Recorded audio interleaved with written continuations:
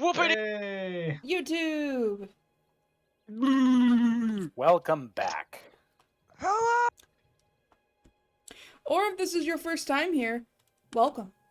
Enjoy the stay. Greetings Yeah. and salutations. This is my first time here, actually. Oh, yay! Alright, so last we left our heroes, you all had managed to finally leave the confines of the great city of Kezar, where you had all been enslaved and purchased and forced to fight within a gladiatorial arena, saved only by the violent and dramatic intervention by a giant red dragon.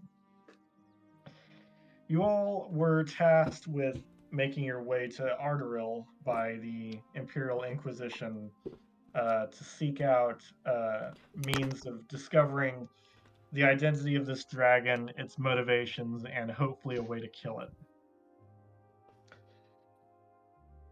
Along the way, you all had camped somewhere off the roads and were ambushed late at night by a task force of goblins and hobgoblins riding atop raptors and carrying wagons of supplies in a cage for prisoners. It didn't take long for you all to discover that you were outnumbered, and so begrudgingly, you all surrendered to the hobgoblins for capture. Your wounds were tended to, and you were fed and questioned over the course of the days that you traveled along the way to Fort Blackmaw, the hobgoblin's base of operations. Along the way, you learned your captors' names, the captain Kavalsoon, leading the detachment that captured you all, and the cleric who questioned you was Dairin Saki. Upon reaching Fort Blackmaw, you found a ruined castle structure that had been commandeered by these goblinoids and outfitted for operations center and defense.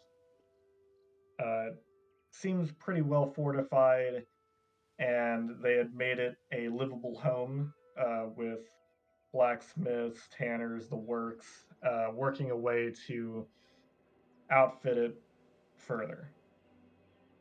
You all were escorted to the officers' quarters where General Guoten met you all and decided, based upon your skills and merits, to test you as hireable mercenaries for the shogunate.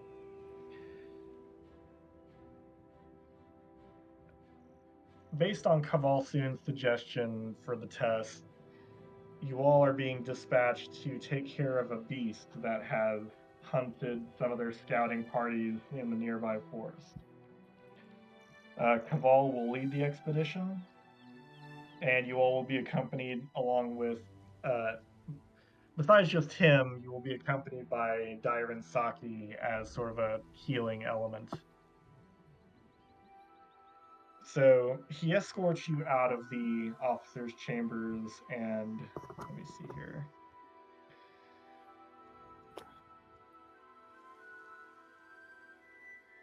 He'll escort you all out into the hall, and as you are making your way, you all have been freed of restraints, but you still lack all your weapons and equipment. He's escorting you along with Saki down a series of hallways throughout the castle to back to the courtyard where you'd first come in. He reveals to you all as you walk that many of our patrols have went missing thanks to this beast.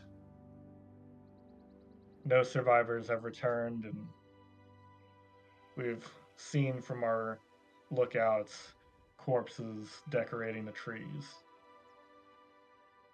We sent out a small division of hobgoblin troops to hunt down the beast, but they have not returned. The scouts that were sent to retrieve some of the visible corpses we had found noted puncture wounds, missing limbs, and some having been gored. So a beast of some kind. That's the operating theory. That or some sort of monster. Because nothing's ever easy. Gil rubs his temples as he like stares at the ground while he walks.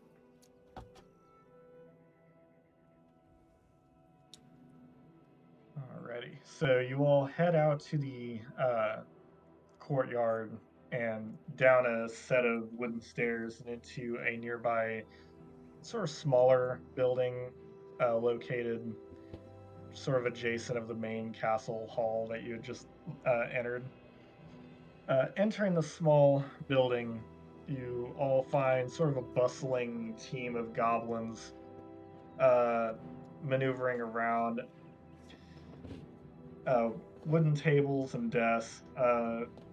Some tables are decorated with weapons and rolled up scrolls. Other ones are more bare. There's wooden crates, vases, jars, all sorts of things lying around. In the back, you all can see through small gated windows, sort of a back room where even more goblins and bugbears are bustling about, working, carrying crates and whatnot. Sitting behind a desk, most notably, is sort of an older goblin. He's got very just a curtain of wispy, silvery hair in the back of his head. The top of his head is just completely bald and bears some. Help me out here, honey. Old person spots. Liver spots. Liver spot? Liver spots. There we go. Some very dark green liver spots. Apparently, you are all married to him now. What else is new? Yeah, I call you all honey. And long whiskers that form sort of a little bit of a beard, sort of an Abe Lincoln kind of thing going on. More like just complete whiskers but no bottom. And he's got tiny little spectacle glasses, and he is writing down in a thick, like a book that's almost bigger than him. Just different. He's looking from one page to the other and writing down, just kind of comparing notes. Kaval will approach him and clear his throat and say, Hanu. And he'll kind of jump a little bit and he'll look up and set his quill back in its inkwell and say, yes, Captain, how can I help you? And he'll say, these prisoners require their equipment back. We will be heading into the... Hang on one second. Oh, the A nearby... new case I hadn't heard of before. Hang on 1 second. Shut up, I need to address my notes. The nearby Grapevine. We're heading in... Oh, nearby Greywood. To the west. They're going to be hunting down the beast. He's like... He kind of like looks through his glasses at the rest of you all and says, yeah, you'll definitely be needing your gear if you're taking that one on. And he'll retrieve a different quill, dip it into an inkwell filled with red ink, and cross out several lines that he had just written. And he'll say, very well. Jory, go fetch their equipment. And this bugbear brute, who's sort of standing cross-armed behind him, will gruff in acknowledgement and step into the back room to retrieve all of you guys' weapons and gear.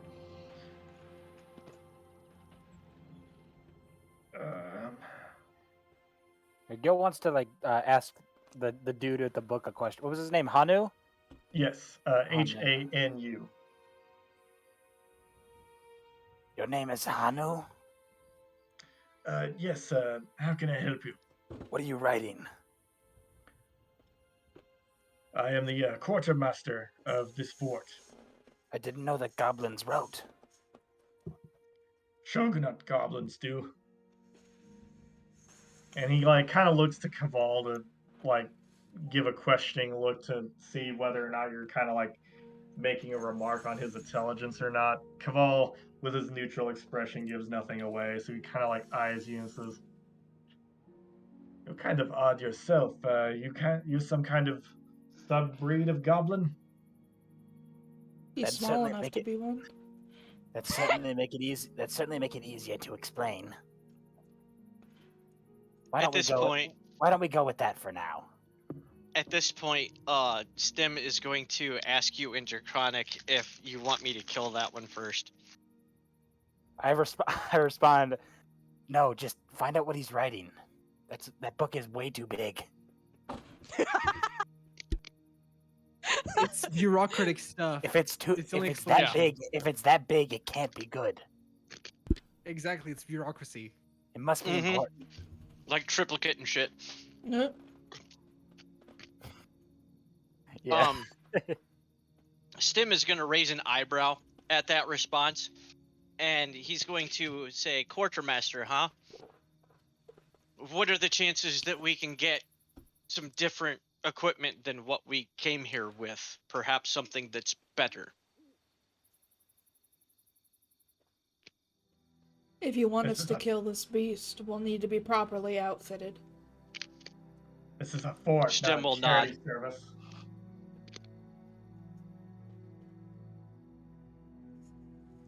Kaval will hold up a hand to you all and say,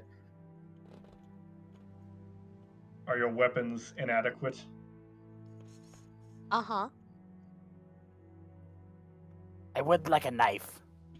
That sounded like such a naive. Uh-huh. Inadequate. wrong. I know what that word means. I've known many an inadequate person, and I look at the rest of Wow. the crew and say, not you guys. You guys are Wow. perfectly adequate. Thanks. Ashton will look to Aw. Gaval and say, I was more thinking along the lines of stronger weaponry. Maybe we can get loaded up with light bows or crossbows. Something Or ranged. more daggers. Or perhaps a broadsword.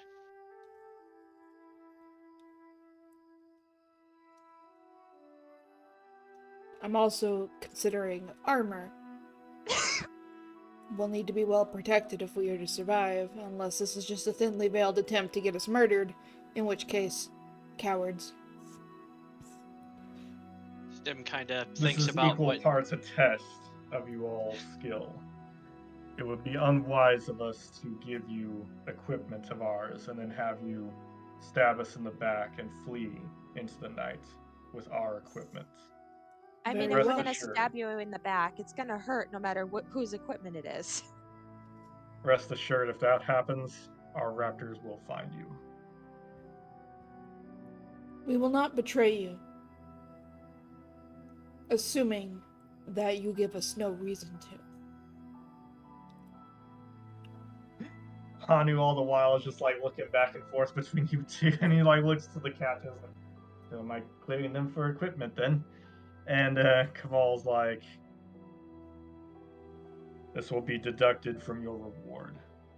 And he'll look to Hanu and say, "One broadsword for the dragon, Yes. one longbow for the beast woman." And he'll gesture to Ashen. And all the while, Hanu's writing this down and striking out different things on different sheets, and making note of this on a separate tiny notebook. And let's see, dagger for the tiny dragon. Gil pops up. Do your kind use slings of any sort? We do. Might I have one of those instead? Instead of a dagger, give him a sling. And Hanu will look to you and be like, "You want stones with it too?" I'm fairly capable of getting my own stones, thank you.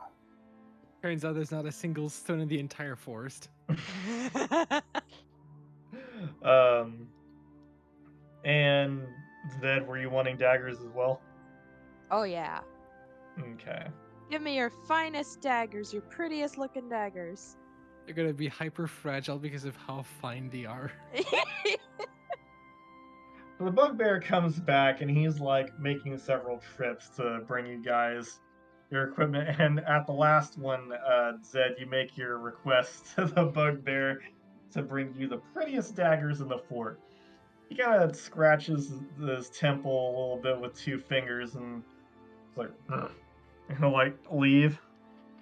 And it takes him almost like a whole 10 minutes, but he comes Oh no! back with these very shiny, ornate, curved knives. Ooh. Pretty. You recognize these as they're what are called harpy's talons. They are very, very sharp, curved daggers that are very good for concealment and sinking them into places. But if you're not too Ooh. careful, you will cut a finger off. Um, That's a risk I'm willing to take. Right? but I make engraved, grabby hands. they got like sort of a white steel to them, and engraved on them are words in Elven. Ooh. What does it say? Do you know Elven? I do know Elven, believe it or not. Oh, I probably should have mentioned earlier, I also know Draconic. That's okay. Oh, good. So I've just been We haven't- listening we- to you guys talk, and I haven't We don't said actually anything. know that. Yeah, but we haven't said anything that's untoward yet anyway. So All right, so add you guys as weapons to your sheet. Zed, you can just put down ornate harpy's talons. They Okay. do the standard dagger damage. I mean, it's nothing different. It's just cosmetic. What did the Elven word It's a say? spicy dagger. A spicy dagger, I love it. it is. It's not Sundari. It's not Sun Elf dialect, but you're able to get the gist of it just based on the similarity between the different Elven languages. Mm. It says, the sharpest teeth for the loveliest ladies. Ooh. Ooh, nice. Oh, Zed gets a big grin on her face at that. Looks up at the bugbears like, thank you. He's totally hitting on you. Yeah, like when you say thank you, just like gives a gruff, like, grunt in acknowledgement. Bugbear's got the hots for you, Chica. I can live with Um, that. So yeah, you got your new gear and you got your old gear back. Caval will How many retrieve. times have we lost that gear and gained it back? Guys been Twice. captured like twice now. I mean, technically 3 times if you count like my story arc where I was captured and defeated in battle and brought here. Probably God. And we got it all back in one piece without a single piece forgotten? Wow, these people are better than British Airways. That's right. They're very organized. You get the sense that like the shogunate is pretty efficient with this kind of stuff. Gil gets his staff back with the crystal in it, and he's just like absolutely fussing over it, like making sure it's like in pristine condition. It making looks a making little sure scuffed. nothing got it. What? It looks a little scuffed, but it's not like He's like panicking cracked and or like anything. blowing on it and trying to buff it out. It looks like they just casually threw it onto the mess of other gear without regard for its like condition. Predaton then looks at the condition of the string on his bow to make sure that it won't snap on him. Attaboy. It looks okay. Good. Yeah, none of them were mistreated overly. It's just you get the sense that they were like hurriedly tossed in there, not with much regard, as you guys were processed. As this is going on, Stim, Yep. you'll hear a voice you've not heard in a long time since you've been captured. And she sounds, as usual, very far away, deep within your subconscious. She'll speak to you calmly, but in that familiar, powerful tone that still sends chills up your spine. Mm-hmm.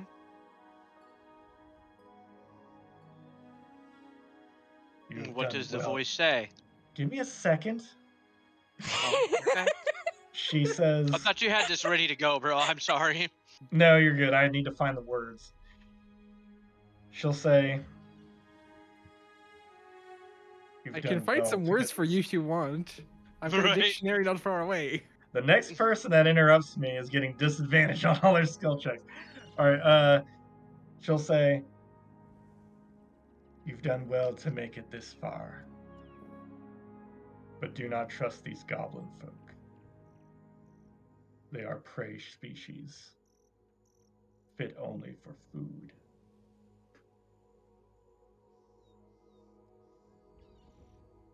Okay, I can dig that. She will remind Stem, the shogunate, as they call themselves, are nothing. And their ashes will blow away in the wind from the beat of our wings.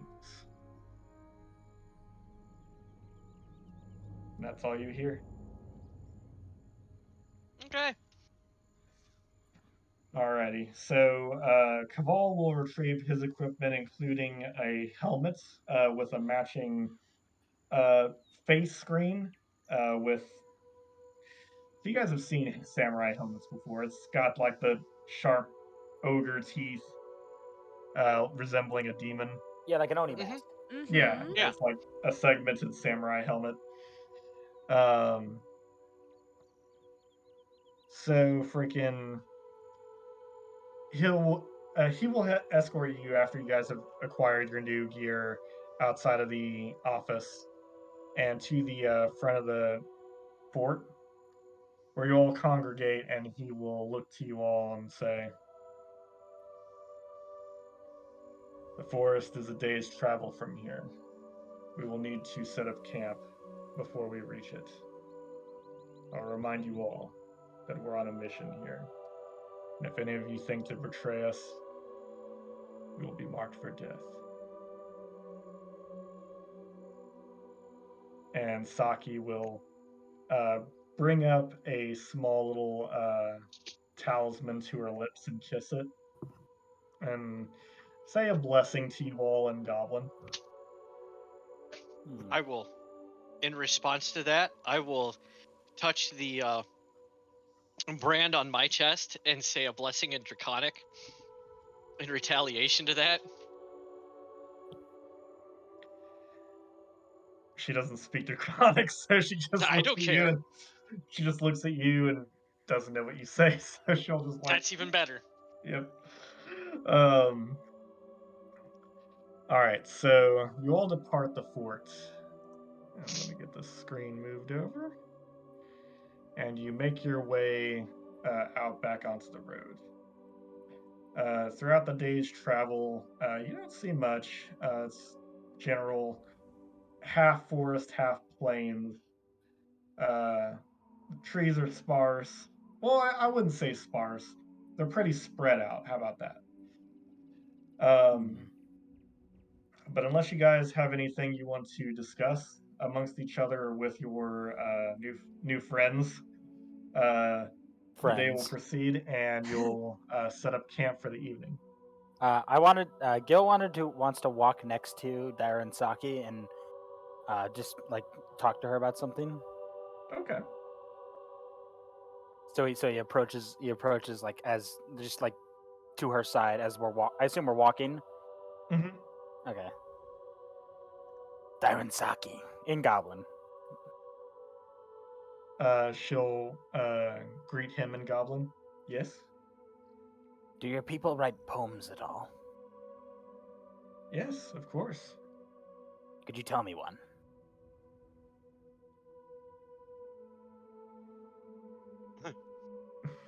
You don't actually have to come up with one, but She'll ponder on that for a moment, kind of surprised by the sudden interest in her people and their poetry.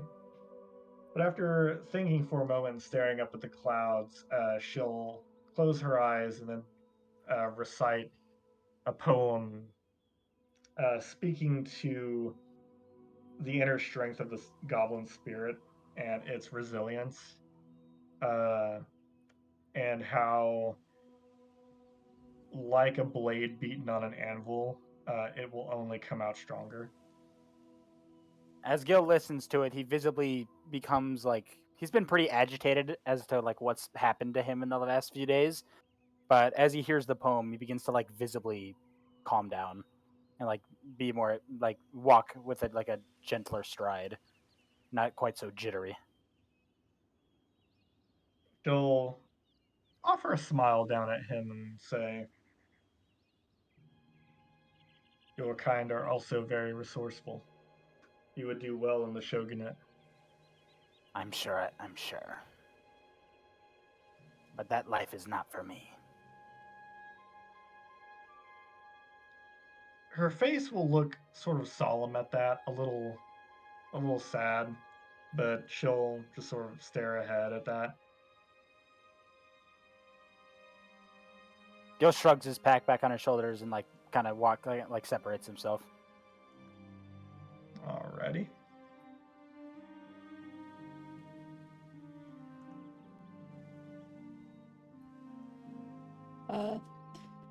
Ashton is gonna fall in line next to Kamal and try to get more information about the beast, if he has any. Sure, what do you ask him? Just if he knows anything else about it that he's not telling us that we should know, or like if he has any like idea as to the nature of this beast.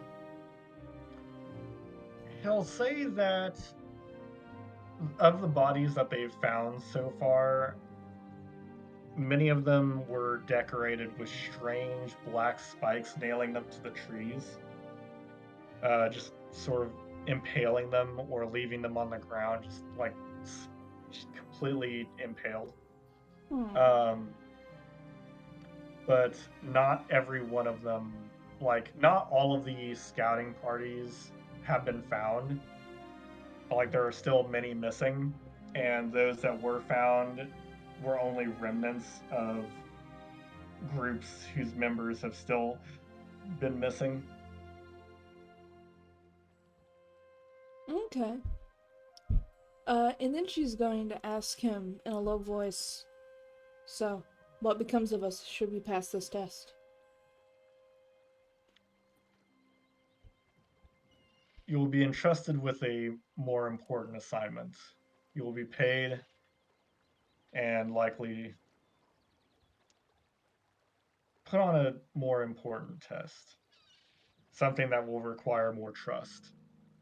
And if you prove faithful and trustworthy, then you will be given more chance for rewards and ways to serve the shogunate. Trust. I see. Do we have a choice here? Can we refuse the assignment? Can we go on our way? He'll look at you very sternly and say,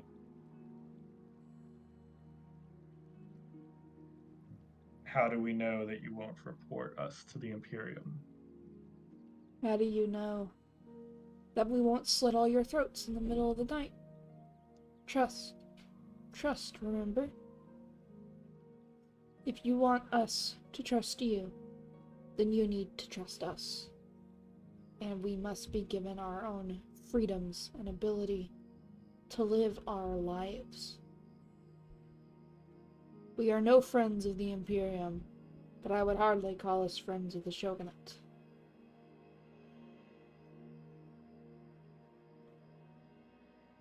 One set of chains, for another, still heavy wrists make.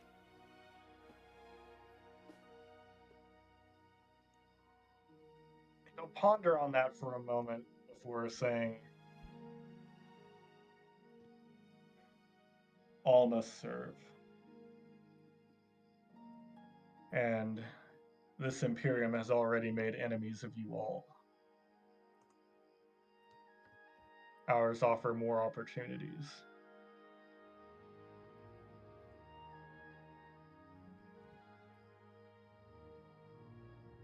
She'll nod. I understand, but we must be free to make our own choices, if they are to mean anything. If our bonds are to mean anything in the eyes of the sun, then we must be able to choose for ourselves.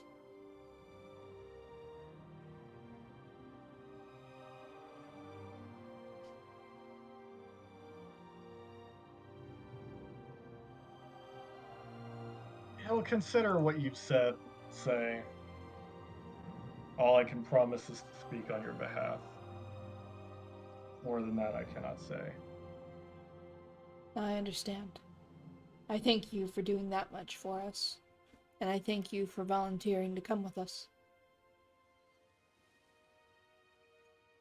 You've shown me a modicum of honor, so I will show it in return.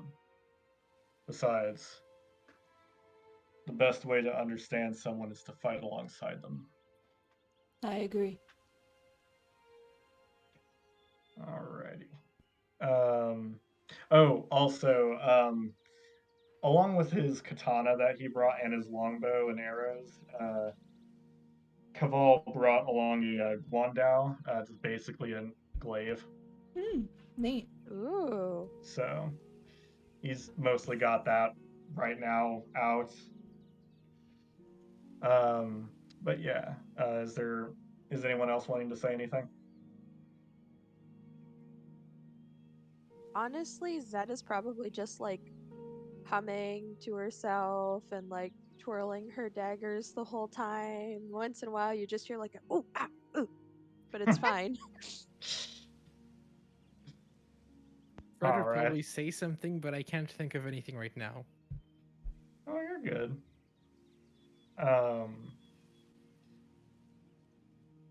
Alrighty. So, you all, as night begins to fall and you all make it most of the way to the forest, you can see it very far away, the tree line begin to form. You all make camp for the evening. All right. How are we doing what? Plaz, I'm gonna rend thee in the gobberwarts with my blurga crunching if you do that again. What? What? I saw that poem you put in the Discord. All right. So who's doing watch first, second, third? How are we doing this? Stim can go first.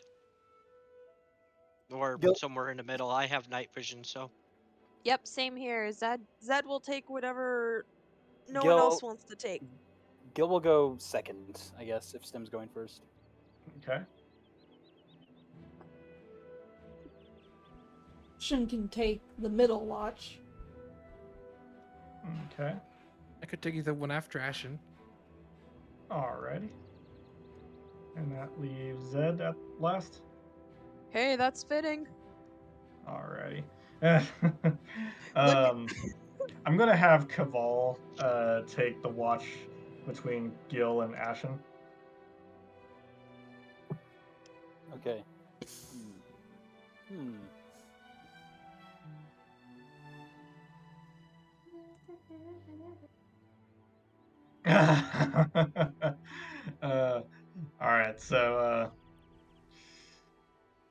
All right, so as everyone packs in for the night, Stim, I need a perception check from you, please. Uh-oh. Oh, Stim is too busy sharpening the dear. his new broadsword. Doesn't hear or pay attention to anything. I'll Turns also out tell there's you. it turns out there's an entire colony of unicorns that passes by him and no one notices. Yep, I pretty will much. tell you also what else distracts Stim. Stim, as you're sharpening the blade and running your whetstone across its surface, you begin to hear a voice that calls to you once more in the sound of the stone on steel. And your eyes turn to the flames, and in them, the bright and brilliant orange begins to take on a bit more of a amethyst purple hue. As you hear more clearly this time, more close, the voice of Thorziel say, "My son, what are you doing with these prey?"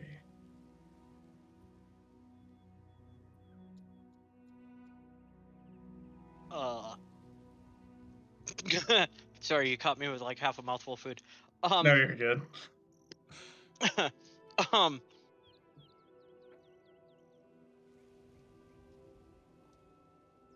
Let's see here. I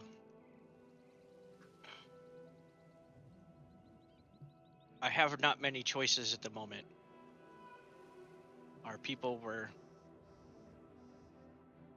defeated and captured and enslaved by the Imperium.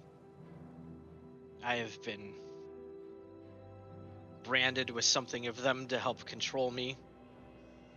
And now these people have captured me yet again and need me to work for them. So many people, so many enemies.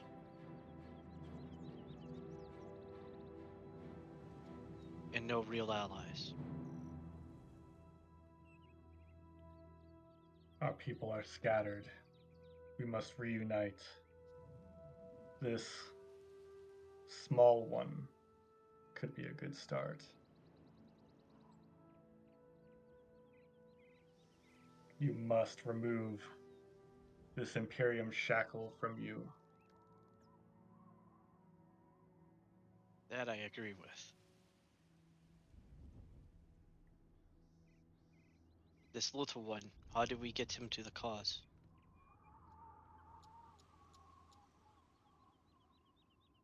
Speak to him. Remind him of his heritage, of yours. Remind him that he is privy to a great dynasty.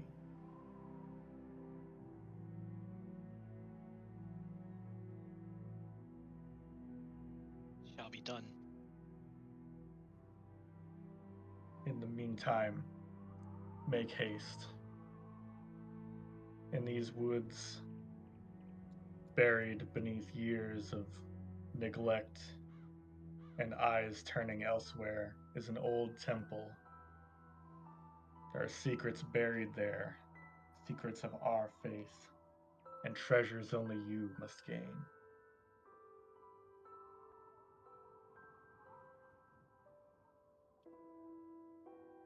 Where should I start to look?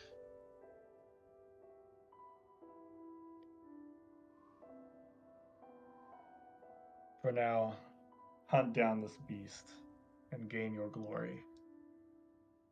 But when the time is right, discard or destroy these goblins and find your destiny.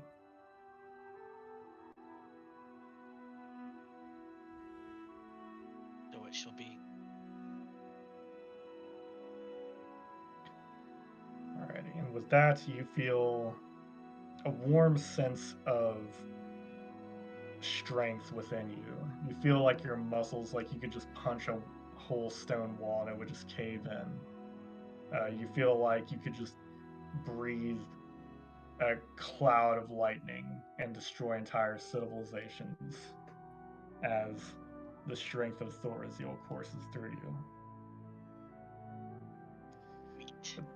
Thankfully, though, during this episode and while you are very distracted by your goddess and not paying at all any attention to your surroundings. Thankfully, nothing happens. So next up, you have a quick watch and nothing gets the jump on you. Next up is Gil. Gil walks up to Stim to relieve him. Yeah. See anything? No, I did not see anything. Perfect. But do you mind if I hang out with you for a little bit? Not. Are we camped like under a tree or like near a large tree? Yeah. Okay. Gil goes. Gil takes out a small foot-long like wooden rod from his pack and goes, "No, I need to think about something." And then he puts the pole on the ground, grabs the top with both hands, and says, "Sar!" in common. And the pole, and then he activates his pole of collapsing to stick for the pole to shoot 10 feet up into the air so that he can like grab onto a branch. And then he says, "Fall!" to retract the pole up to him as he like basically just Goku power poles up into the tree. Glorious. That's wonderful. Okay. Masterfully done. So, Stim, you watch this tiny little kobold just nope out of your sight with this magical pole, just holding onto it and flying up to a branch in this tall tree nearby. And just like that, the pole goes back up with him. He's gonna take one claw and scratch behind his eye ridge, and like looking up at him, but having seen this, and just like he's just gonna scratch behind one eye ridge and go, "Fine, but when you are ready, we shall talk." And he will turn and leave him and go to bed because why should he talk to him? It's not imperative that my God told me to do that or nothing. No big deal. All right, Gil, I need a perception check from you, please. Oh boy, up in the tree. Give me advantage because you're up in the tree and you Oh, got sick. you got an So, easier oh boy, up in the you got an tree. easier time to see everything. F. Not good enough though. 12. So you got a fine. lot on your mind right now, so you find it very Yeah. difficult to pay attention to the world around you with all that's transpired so far. But thankfully, nothing Oh, thank God. nothing lurks around the tree and gobbles up your friends while you're sightseeing up in the tree and pontificating the mysteries of life. And your watch goes by without a hitch. Thank Next God. is Kaval, who will wake up and sit on the log and make a perception check. 1 second, sorry. 1. Really?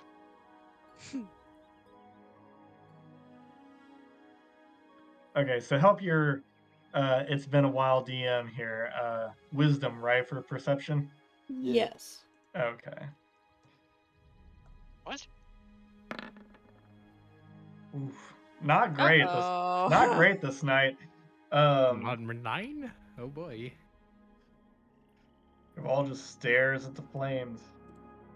And after his watch is up, he heads over and lightly kicks Ashen awake. Yeah. Lightly. What? Is it time? It is. Okay. And she'll get on her hands and knees and kind of like stretch a little bit like a dog. Like one hand out, one leg out, and the other one. And then she'll get up. Alrighty. Kaval will head back to bed, and Ashen, I need a perception check from you, please. Okay. Not good, Chief. Oh, Jeez. God. Fucking Christ. We're not good at watching things. No. So Ashen, you would be normally at the top of your game. You're a very alert person with enhanced senses better than most humanoids. But you're busy pondering on that strange dream you just had. You dreamt that you were in a forest, not unlike many that you've been in before, and you were being pursued by some great and terrible predator. Just as it had cornered you and there was nowhere else to turn, you had been saved by a pack of gray wolves that seemed to glow and shed light in this dark forest. And they fended off this monster. And once it was away and you were safe, they formed a ring around you, with one approaching. It sniffed your hand while the rest howled in unison. And you remember seeming to breathe in their howl, as if it were smoke. And when you awoke with Caval kicking you awake, you felt very tense and tingling, with your senses on high alert, but there were no threats around. Your heart was racing and starting to calm down as the night progresses. Then you take your watch. You're so alert you can feel the beasts and the bugs around you. Birds hopping from tree branch to tree branch overhead, and bugs crawling in the grass around you. This quickly wears off, however, and when it does, you are exhausted. You are like blackout tired. And so, with a pretty uneventful watch that passes by, you head back to bed, and as soon as you hit your sleeping mat, you're out like a light. It's like on, off. And with that, Ashen's watch goes by, for the most part, uneventful. Now it's up to Fred. How do I know when to wake up if Ashen's not there to wake me up? She wakes you up. You each wake each other up for the next person to take watch. Okay. But as soon as she does hit the bed, she's, out, back at it. All right, so Fred, I need a perception check from you, good sir. Yeah, Finally, some on good it. numbers. fucking Ranger saving you Finally. guys' ass. Yes. So Fred, you hear a low growl. No, just kidding. Um,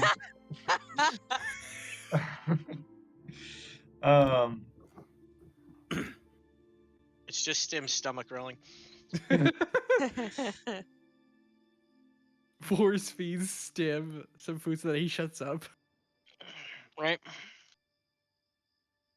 so Fred, you're keeping pretty alert, and as you're keeping your half-elven ears perked for any like sound of crunching grass or something approaching, you hear something behind you, directly behind you. It's like it just appears out of thin air. You quickly whirl around with your bow drawn, and standing before you, about the size of a dog, is a quadrupedal drake. Gosh. Its scales are a vibrant red, and its golden eyes stare at you, pupils dilated, and it kind of just quirks its head to the side a little bit as it just stares at you. Its eyes, when you look into them, seem knowing, and it feels very familiar to you. But you can't quite place it. Oh my gosh, that's so cute. It's a puppy. Hey, are we going Drake Warden? What would you like to do? Thinking about it. Oh, you're good. Thinking about what to do, Fred notices that the dragon doesn't seem to be threatening, so he slowly lowers his bow.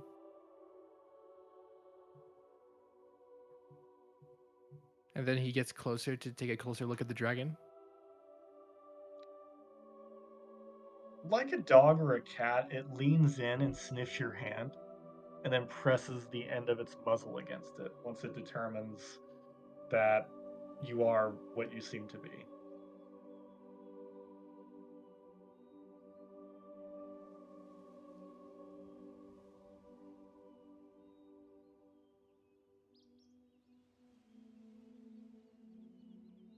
And gift search is failing me now. Are you looking for the How to Train Your Dragon gif? Yes, Pretty absolutely. Oh, whatever. How'd we know?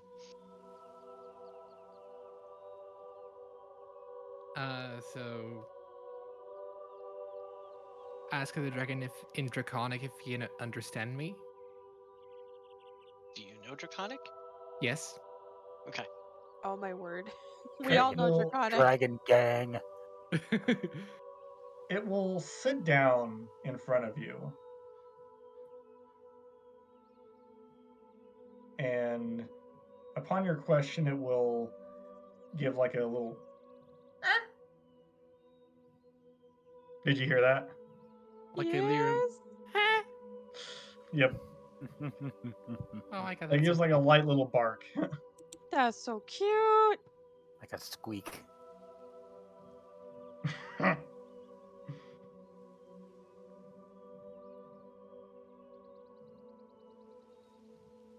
I start scratching its head.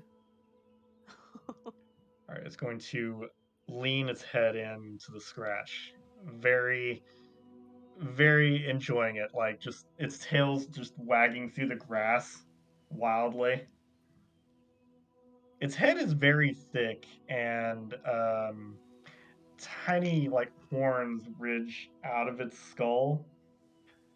Its skull is very scaly but smooth.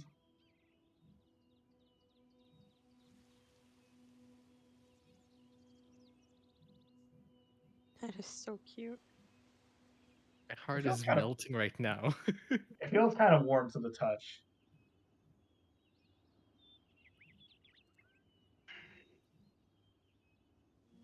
I try to see if the dragon wants to stay with me for the night while I keep it watch. Chicka wow wow. No. Knock it off. There will be none of that. No. The drake will repeat its bark from before.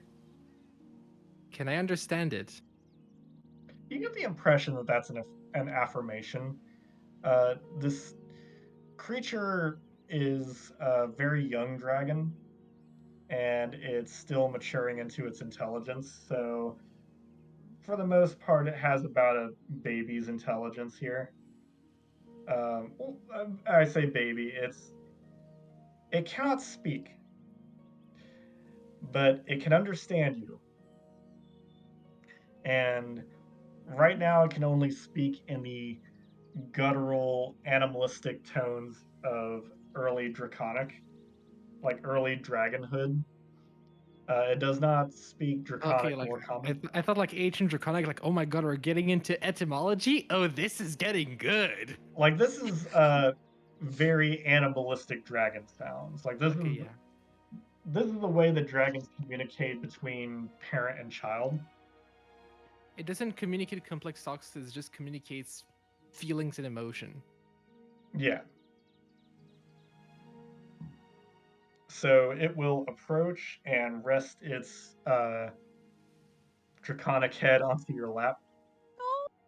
Oh my god. And upon doing so, you notice it's very warm. Well, that's quite welcome on a cold night. For the purposes of this, since it showed up as a for the first time as a red dragon, I'm going to say that its essence is fire. But Okie dokie. if you summon it again, you can change it if you want. It, All right. it determines its damage immunity and the damage of its infused strikes.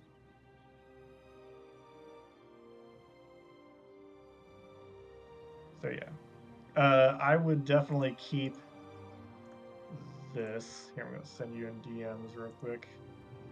I'd definitely keep this open and scroll down to your Drake companion so that you know its stats and what it can do. Okay, yeah, very useful. Yeah. So yeah, but yeah, with the assistance of your new companion, you are ever alert within the nearby area. You sense some nearby beasts off about, I'd say, probably a mile away. But other than that, it's nothing. There's birds and bugs around. How big is the beast? The beasts off in the distance you gather are a herd of buffalo. Buffalo type creatures. Sounds like someone's gonna have some lunch. Not Oh me, gosh. that's for sure. Not me, that's for sure. But something is gonna have lunch tomorrow.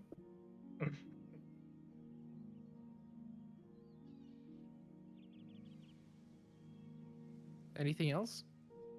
But no, yeah, your watch goes by without a hitch. For once, yay. Well, not without a hitch, outside of a baby dragon that showed up and is the most adorable and cute little thing in the history of ever. Um, but yeah, you go and wake up Zed. Zed, you are awake to find Fred with a new friend. Oh my gosh, can I pet it? Ask it, not me. Can I pet you? And like, it just sits down and stares at you, kind of cocking its head to the side.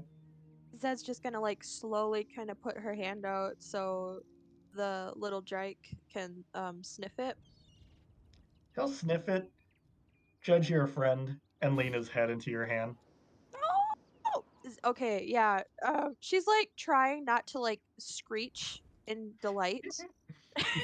Just like barely contained. Like you ever see like a dog when they're trying not to move around and they're like they've got the wiggles because they're so Yeah. excited. She's like never woken up so fast before.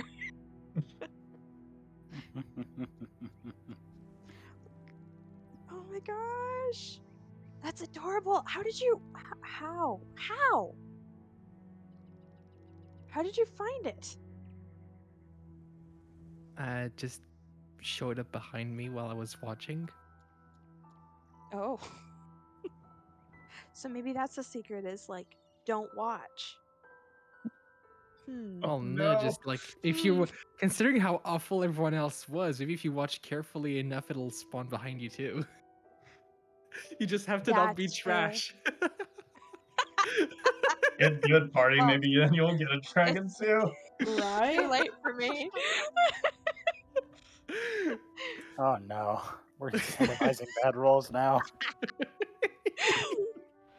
Well, All I right. guess I probably better get out there.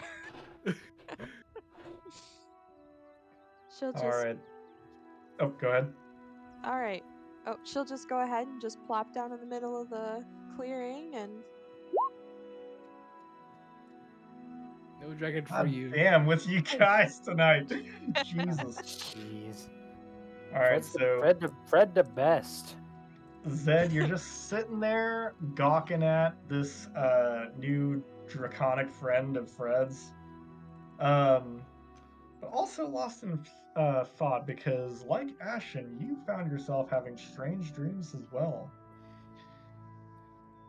You were a little difficult to wake up, uh, but once you were, it was just like snapping awake upon seeing the Drake. Um, you found yourself dreaming of the familiar Feywild that you had once stepped into when you were younger.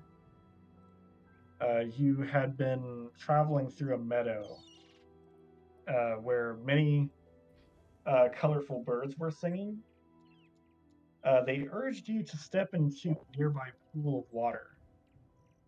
And when you did and emerged, you felt invigorated, and you seemed to glow with some kind of energy. You couldn't quite place it, but it felt very familiar. It harkened you back to a time that you can hardly remember.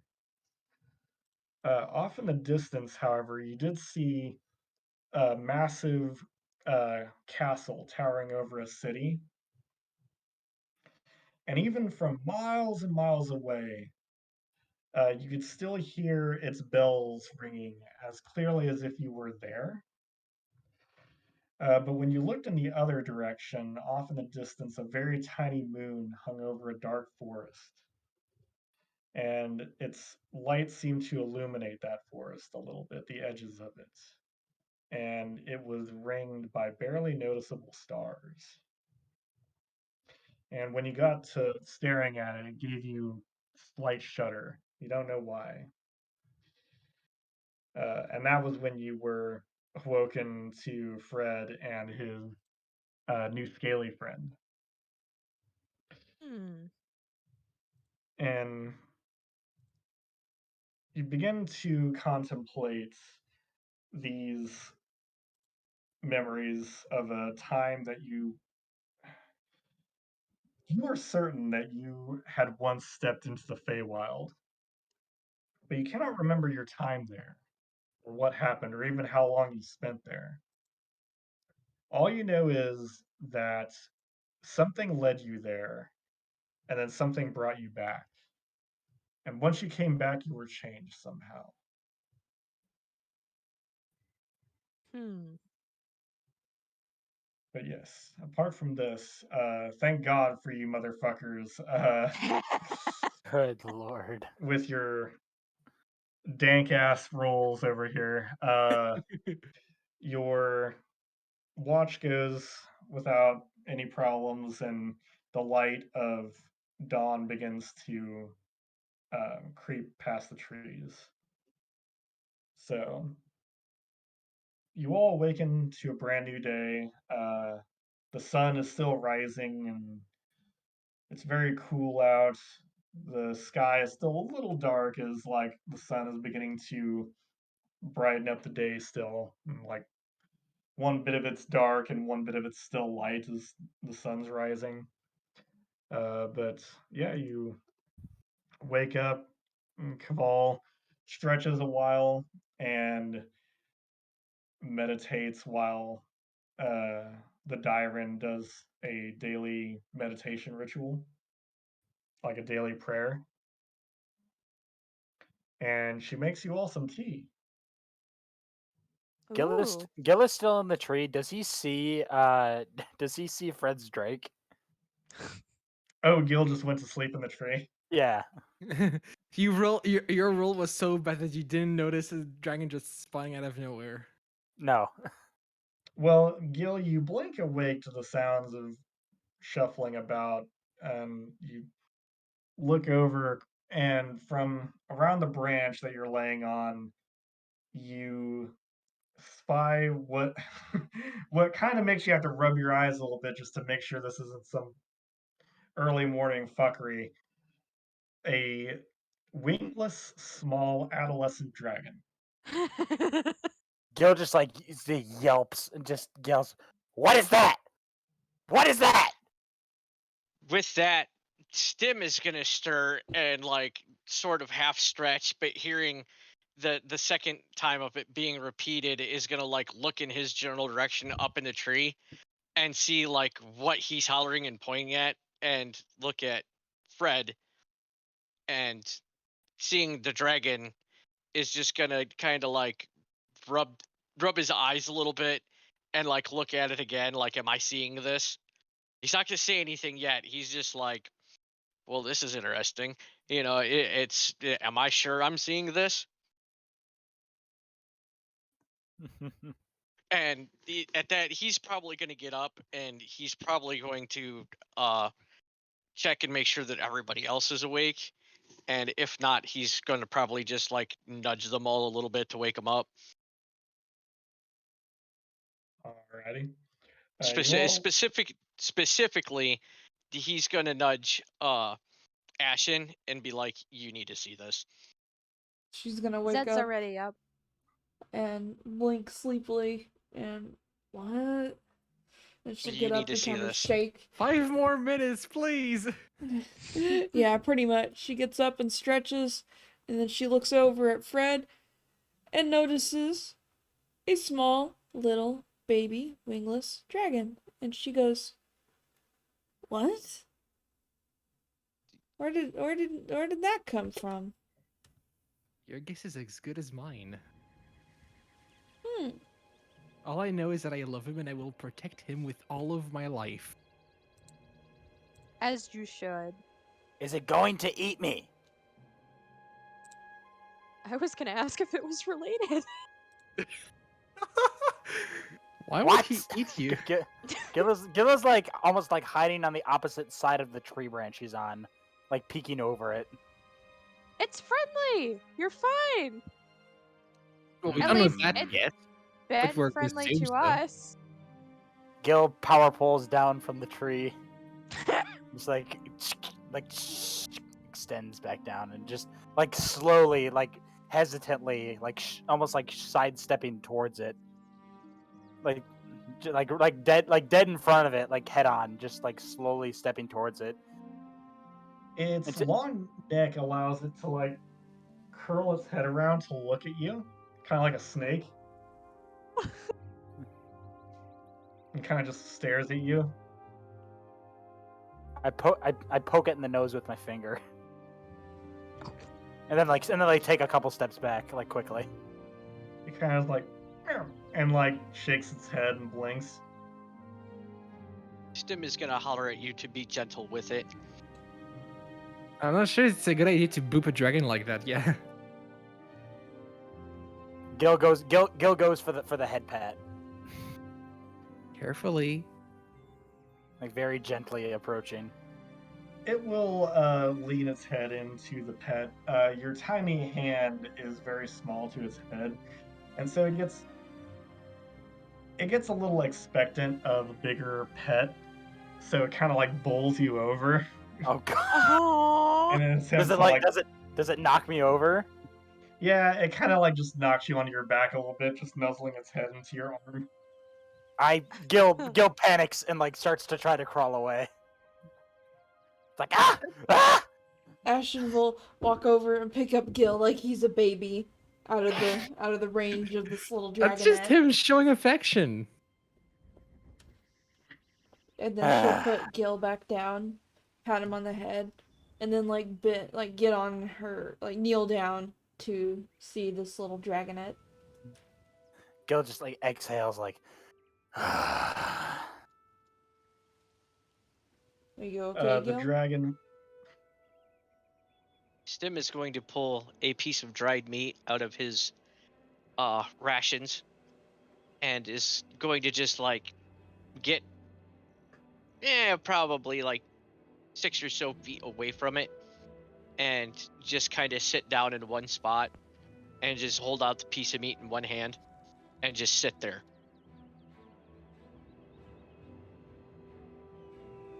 Just to see if it will come to him. It will sniff the air close to you and then approach. Yeah, I will speak to it in Draconic, saying, "It's okay, little one. This is for you. You can have this." Do you hold it out to it?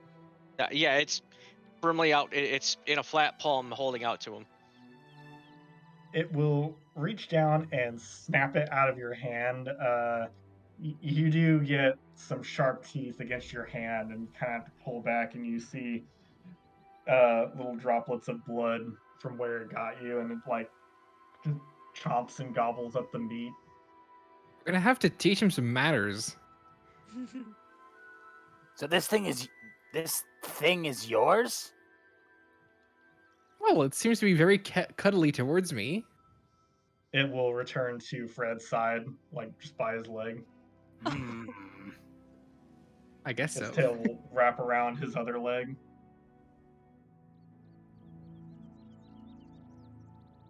It seems that you have made a good friend.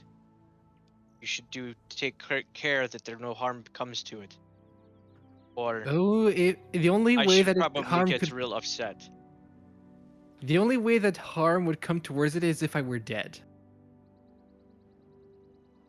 Nonetheless, you should take great care. Otherwise, I would be very upset. So would I. Well, no, I Same wouldn't because here. I'd be dead. Regardless, we know you will take good care of it. Is it a like? Is it an it, a he, a her, a them? What is its pronoun? Exactly. I don't know. You get the impression from how it's sitting that it's a he.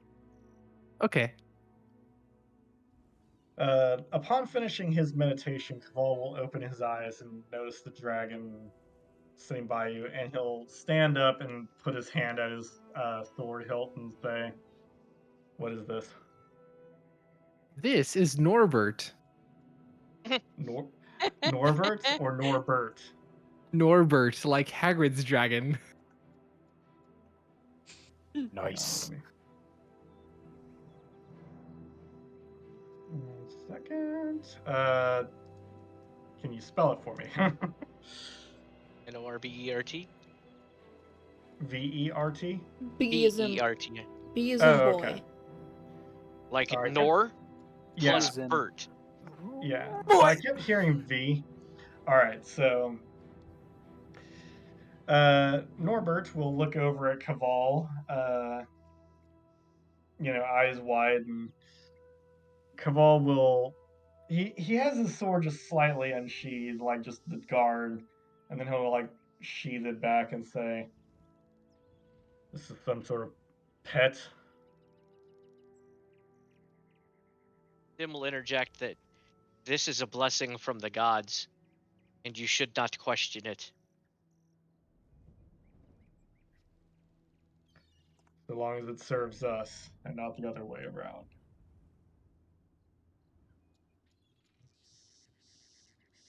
Funny thing about animals is they only go to serve themselves. Rarely do they serve masters for long. You should do well to remember that.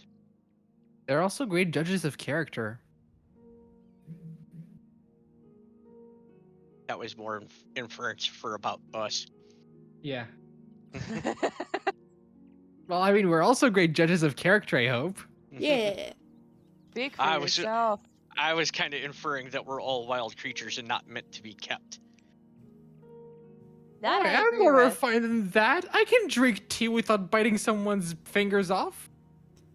Speaking What- of tea, Ashen is going to accept Saki's tea, very gratefully, and sip on it with her as they sit together. With her pinky out. I imagine these cups of tea actually don't have handles. Handles? Yeah, no, they're like little ceramic cups. You can still pinky. Oh You just have to- no! Oh you can, no! you They're just have to gonna hold do. it. We're gonna do the 5-minute crafts thing where you like No. you, No. you, No. you take the 5-minute crafts thing of like, oh god, the teacup is too hot. You're gonna have to glue a toy goat on the side and have it act as a handle, and then still drink the cup of tea with your hands on it, completely defeating the purpose of the whole thing. God, 5-minute Well, that's craft 'cause- sucks. That's because the tea's cold by the end of that. That's why. Gil walks up to the teapot and sniffs it. Just, what is this? Saki will reply, "Tea." Tea? It would Like be the so letter? funny. Ashen will It take a is sip water and say, flavored with leaves. Gil pours a cup and starts. This is good.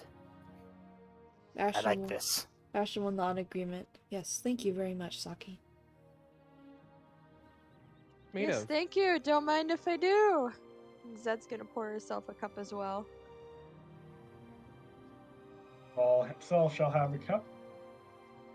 You all feel very invigorated for the day. Not to Breton will mention ask for, like, dapper. Ferritin, before serving himself a cup, will just ask, what's inside it.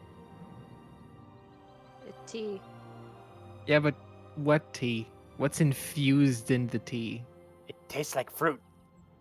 Ooh. It's like the same tea we had the last time. Oh. All right, so it tastes like mint and ginger.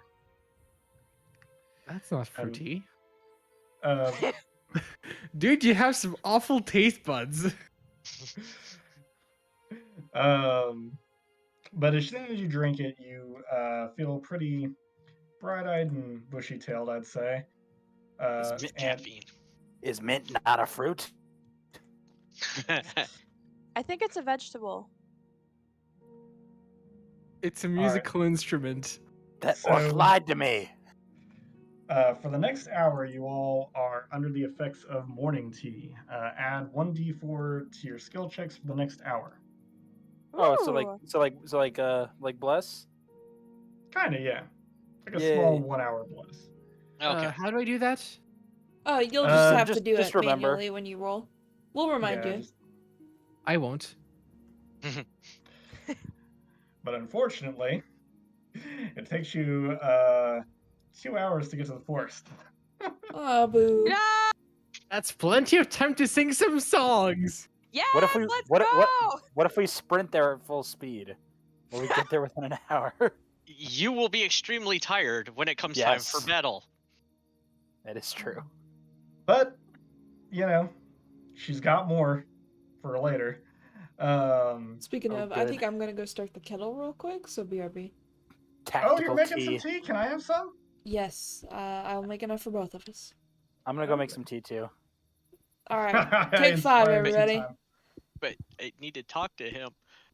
Oh, who are you needing to talk to? Oh wait, I can wait. I can wait then. I can wait. I can do it when we're doing something else. No, do your tea. I'll talk to you when we come back. Okay, sick.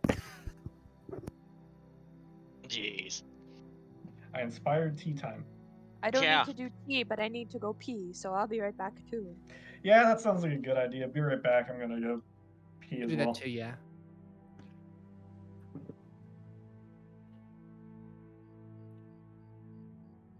So YouTube, it's just me and you. Sorry I don't have anything witty or, wonderful banter to have with you during this wonderful interlude that we have just to ourselves, but sometimes that's the breaks.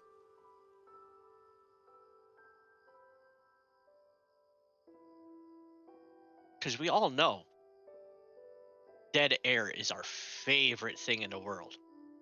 Like the old days when the TV just used to go blank because they forgot to add the next tape. And you're just staring at a black screen for like 30 seconds and you're like, what the hell? Well, this is kind of like the same thing, except you just have my voice in the background. And for that, I apologize. So, welcome to silence. See you in a bit. Green tea. No, welcome back. I'm back. Okay, good to go. I've been abusing the YouTubers that have been listening to the dead air. Oh, thank God. The poor people. The poor people. Terrifying the citizenry. All right, Okay, all right. are you Yep. good? Yep. Yep. Okay. So while everybody is doing this and we're having our morning tea before we set off for all this, Stim is going to pull you to the side, and I'm back, you by the have way. to welcome back. You're gonna have to forgive me how I approach this, but when it was told of this to me, this is the only thing I could think of, and I will give you backstory to this later. But Stim comes up to you and says, that I need to talk to you. Oh. All right. What did you want you- to discuss? Away from everyone else, just not too far, just out of earshot. Gil just follows your lead. And Like so so- they'll step away a couple of feet from everybody else, and very quiet, draconic, he will whisper to him, "Do you have a minute to talk about my Lord and Savior Thorazil?" Thorazil. Yes. That's not a name I've heard before. Ah, she's a beautiful, great god. A god? Yes. This is her mark right here, and he will pull back the corner of his armor to show the brand on his chest. I'm so... Gil chuckles to himself as you point to it and goes, "Forgive me. I didn't think people still believed in gods. I certainly don't." It is okay. But see, the reason I ask is there is something I need your help with. Me? Yes. The kobolds like ourselves, they not necessarily were in submission to dragons, but they were under their protection. And many years ago. And many kobolds worshipped the dragons as gods. And you do not have to worship anybody you do not like.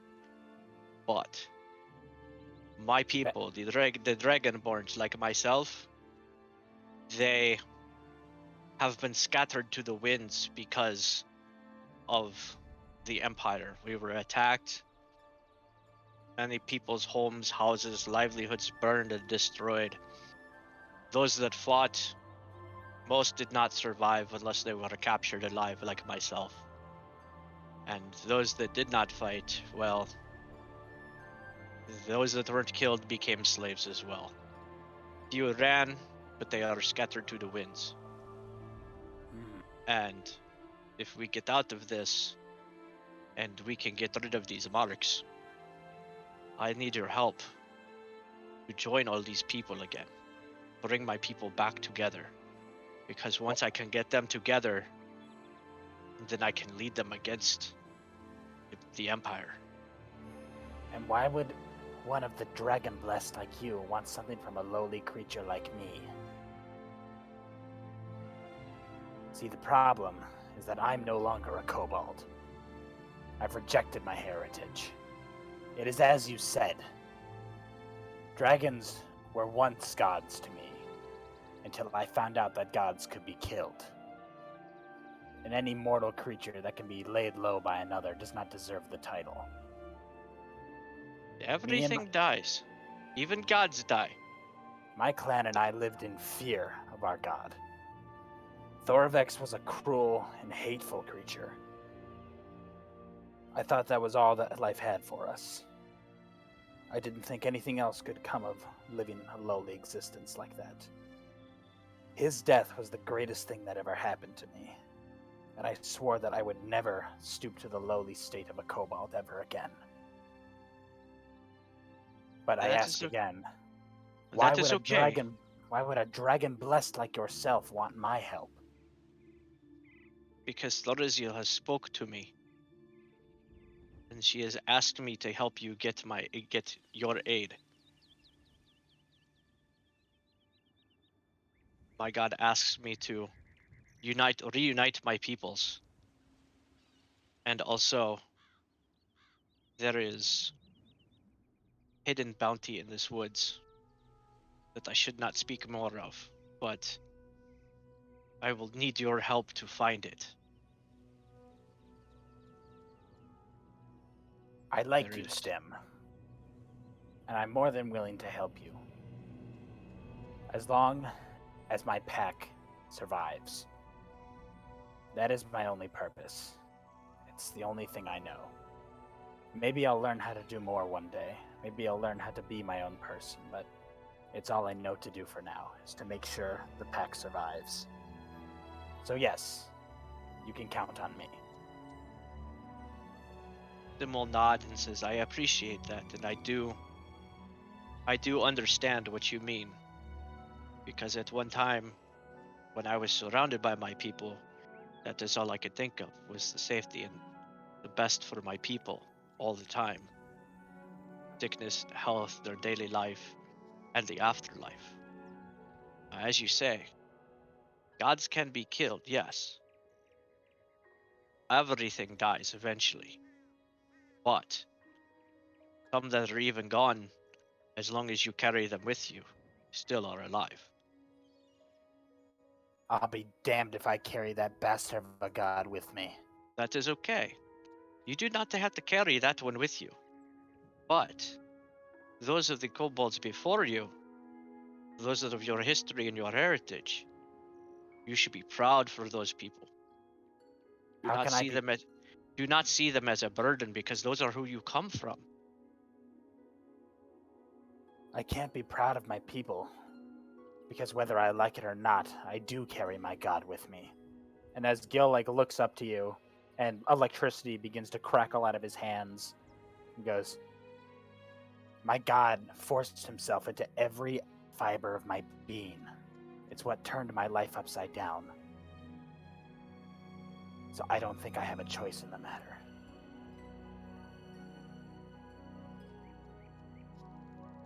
Sometimes there are choices where you do not see them. Think on that. I do not wish you to do anything that you do not want to do. But I do appreciate you aiding me and saying that you will give me your help. You're welcome. Perhaps things will become clearer in time as to why this happened. Perhaps, and perhaps someday you may never know. Who knows? If that time comes, could I ask for your help then? I will give it to you as freely as you have given me yours. Gil nods and goes, "Thank you." Then we'll nod as well, and then motion. We should get back. Yes, that would probably be best. And Gil puts his hands in his pockets and kind of skips back to the group. Stim Alright. will come back to everybody else as well, and then start packing everything up of his, which isn't much, but he will ready himself to make way for the trip. Oh, I thought we were already going. Were we not? No, we were getting ready to go, and then Oh, we everybody were had to getting go ready. make Okay. tea. Yeah, Okay, and sorry. everybody went to go make tea because tea sounded amazing. This tea is What are you delicious. preparing for? Just go. Just go. So you better buckle your safety belts. No? So welcome everybody that just came back. I totally didn't hear anything. No, it's okay. You didn't. Doesn't matter whether you heard it or not. Yeah, Zed It- totally wasn't sitting cross-legged like right next to you guys, drinking tea. What? Like- That's I crazy. totally wasn't sitting next to you two chatting around with a bag of popcorn. I mean, we were 6 or 8 feet away from you, but whatever.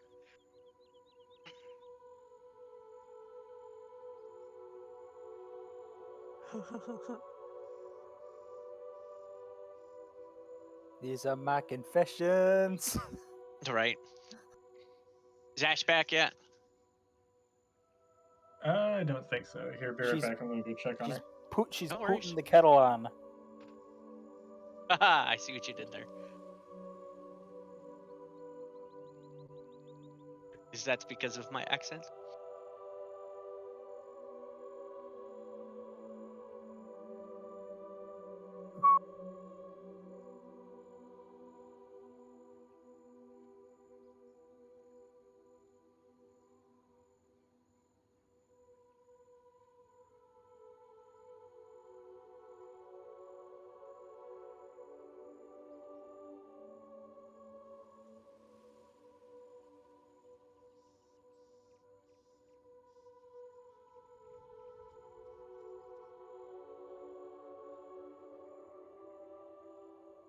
Oh.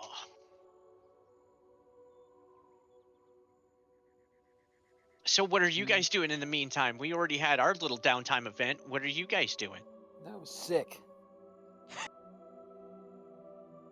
Zed's just probably sitting on the ground when she gets done drinking her tea. Wait, hold on. We're moving already? No, we were getting ready to move. And then she just picks up her lyre, and at this point in time, she's probably playing the Jeopardy theme. Hmm.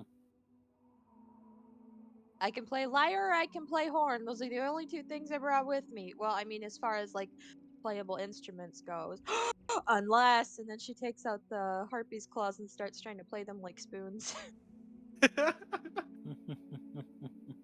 Fred's probably just taking out a sketch pad and starts sketching the plants nearby. Ooh.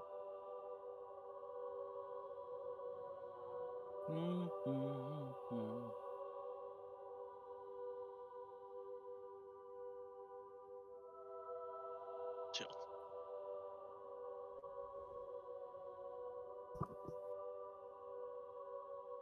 Uh-oh.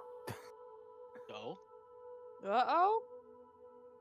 Oh, the you put the Spaceball skit.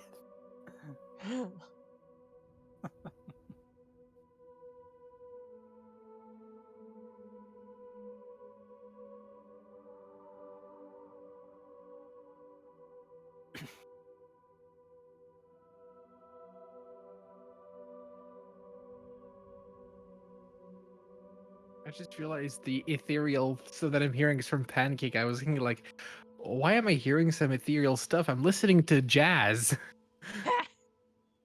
All right, I'm back. Implying jazz Same. isn't ethereal. welcome back. Thanks. Okay, so Stim and Gil had just had a private conversation in Draconic away from the party. We totally didn't hear none of it. It's Yeah. okay. That's none of my business. Sips tea. And so, I mean, you guys are gonna see what it is anyway when you watch the replay. Discussing gods and the nature of being a kobold. And in the meantime, Kaval will decide that the Drake is safe and don his armor and collect his weapons and gear. Dyron will do the same for her cleric equipment.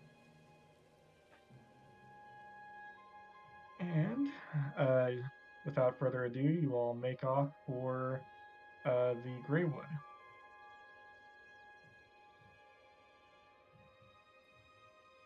So about 2 hours later, you all find yourself entering the forest with trees in abundance everywhere. Kaval will track the trail left behind by the scouting goblin parties, finding an area where a bunch of dried blood and cracked and splintered wood on trees can be found. The bodies had long since been collected by the shogunate, but there definitely is signs that things have died here. And with this, Kaval will search and find the tracks left behind by the hobgoblin patrol that had been sent out to find them. He will turn to you all and say, "Follow me. Stay close. Something lurks in these woods. Something dangerous." Tim is going to draw his greatsword so that he can be at the ready. Ashen And, will draw Moonsinger, and it pulses and glows with life and light. Gil looks around for a couple, like, orange side, like, rocks that he can use for his sling. Fred takes out his bow. All right. Zed just pulls out her harpy's talons. Starts playing music. Yep, starts playing the spoons on him. Come on, let's go. You start playing some metal. When the doom music hits. Right.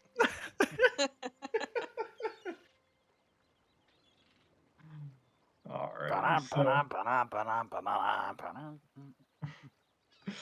So you all follow behind Kaval, who has his glaive unsheathed and at the ready. Saki will take up the rear. And shut the fuck up. You all make your way into the forest, if I can get my notes set up here, of the Greywood.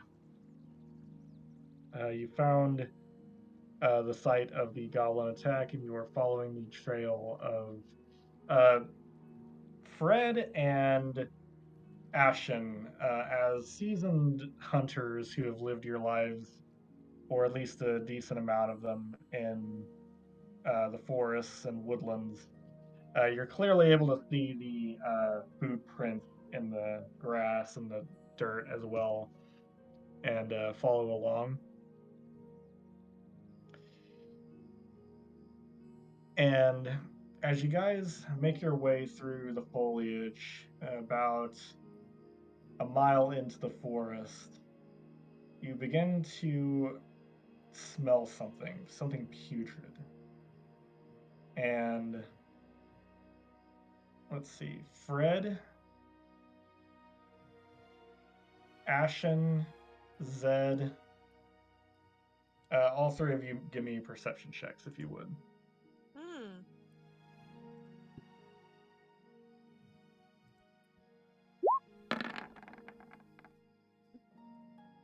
Nah, son.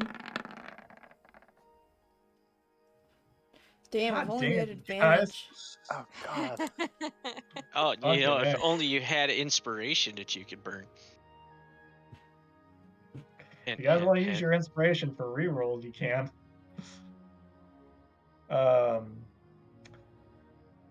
The smell is really throwing you guys off.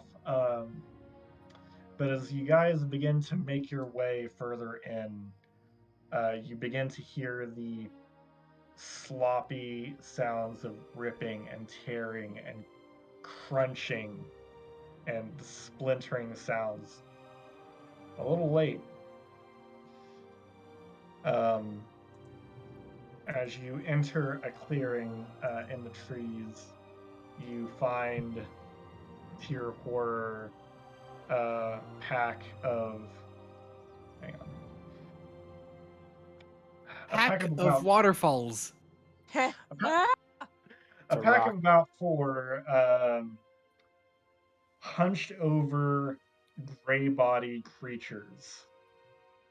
They seem to be tearing into the bodies of these armored hobgoblins, ripping the plate off, just like the joints and the straps holding the armor onto their body, just snapping with their tearing as they like bury their faces into their necks and shoulders and anywhere that they can get a firm bite in to rip out muscle. How many of them are there, you said? There are 4. They Okay. immediately turn and look at you. One beginning, like all of their mouths are covered in blood, and their teeth are mangled and sharp. Their hands ending in blackened talons. As they turn and glare at you, they're like letting out this low snarl that turns into a growl, that turns into a loud roar. The As they, minute that happens, if I can cut in, I cast Mantle of Inspiration, and I'm just like, well, this isn't gonna go well.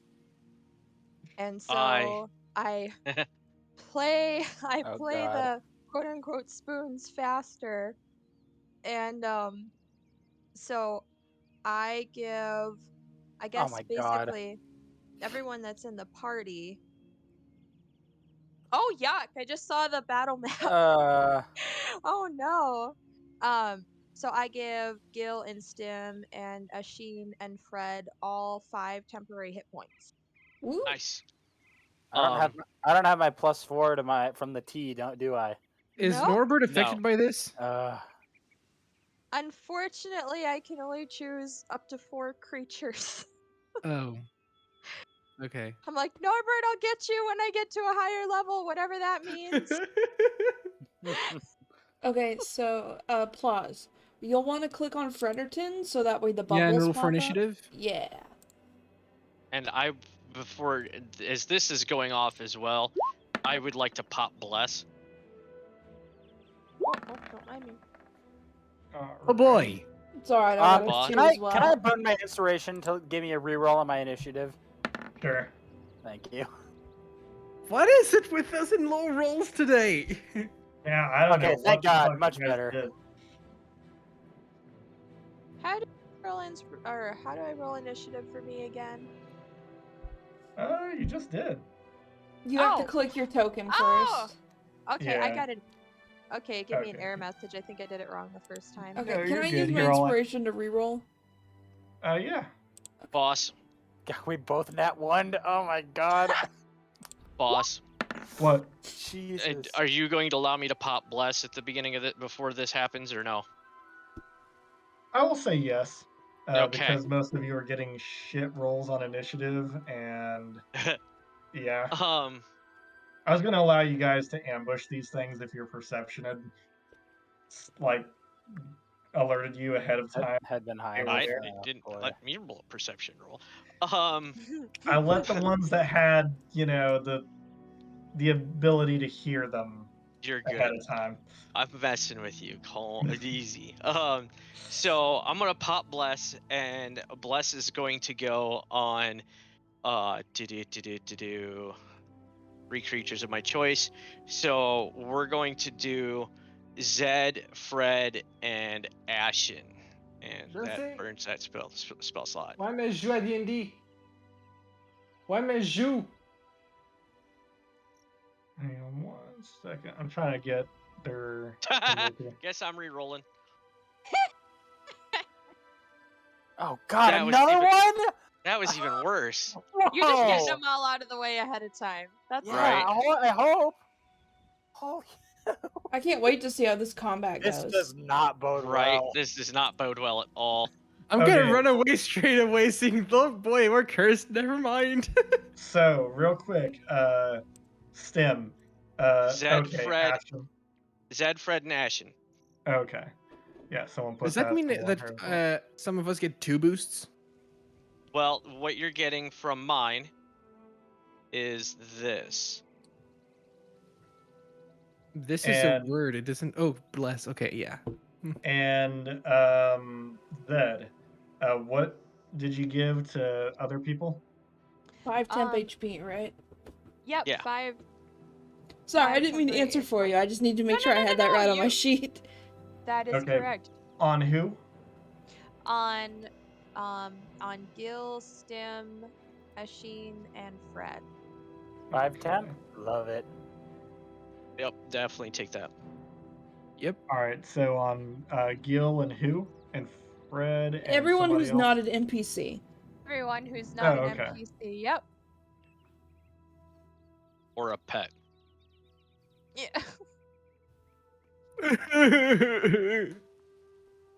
Just have them stand behind including you. including yourself, Zed? No. Oh, okay. I'm selfless. She laughs to herself.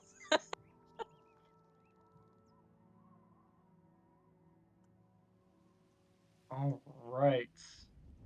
So So, we all ready?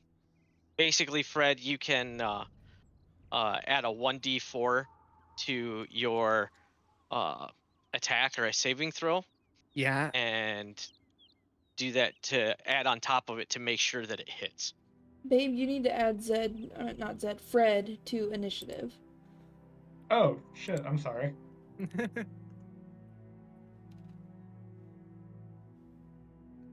He got a 6. Oh, he God, I did hate too. this fucking mouse. I swear to God. I scroll down with the little, scroller, and it will just, bounce back up immediately.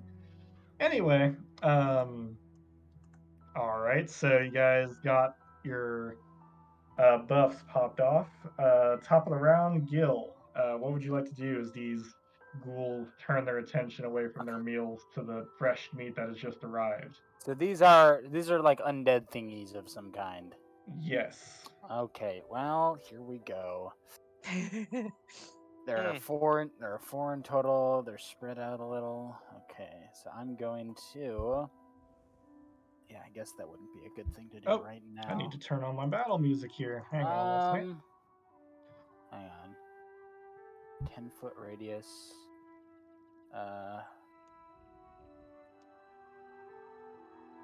What's the range on that? 60 feet? Where am I? There's the ruler tool. Oh, How do I for do the? fuck's sake. How How do I do the ruler tool? Like to see the distance? You Uh, see like the little pointer in the left Oh, top I got it. left? I got it. Yeah. 55 feet. Sick. All right. I'm going to bring into action. I'm actually going to move myself to a slightly more protected spot. Oh shit! I need to. I'm gonna move like to the inside, towards the center of the group, and I'm going to cast Shatter on this point, Nice. Oh, awesome. which states, brand new spell, a loud sudden ringing noise erupts from a point. Each creature in a 10-foot radius. Okay. Hang on, I need to turn the music down. Okay, now I can think. Each creature in the 10-foot radius must make a con save. I guess I can do that for you. So both of these guys need to make a con save. Alrighty. Sorry, I was adding your hobgoblin friends to the battle. Alright, so which ones? These two guys in the middle. Oh, I'm okay. casting it right here. Alrighty. Hang on, let me take a look at the mod here. Okay.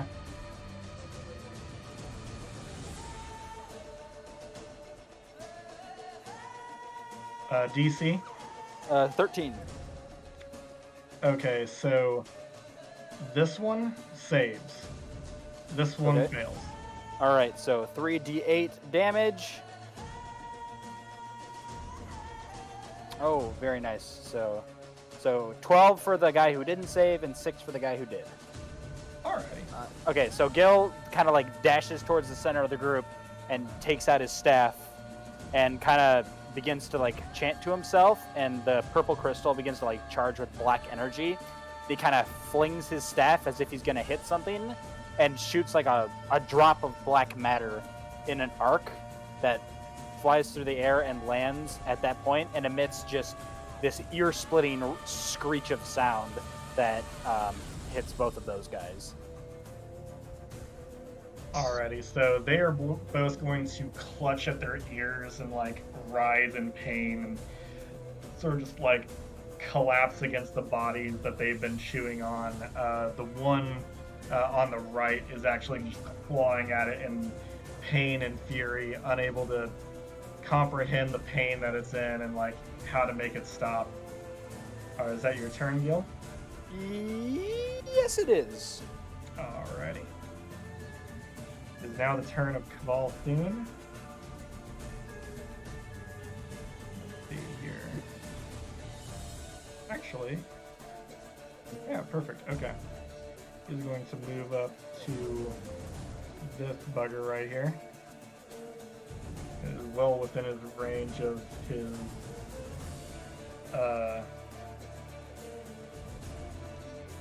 glaive.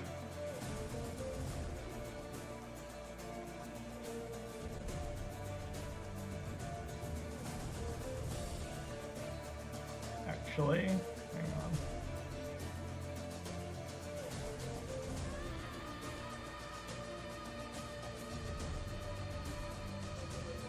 Miss.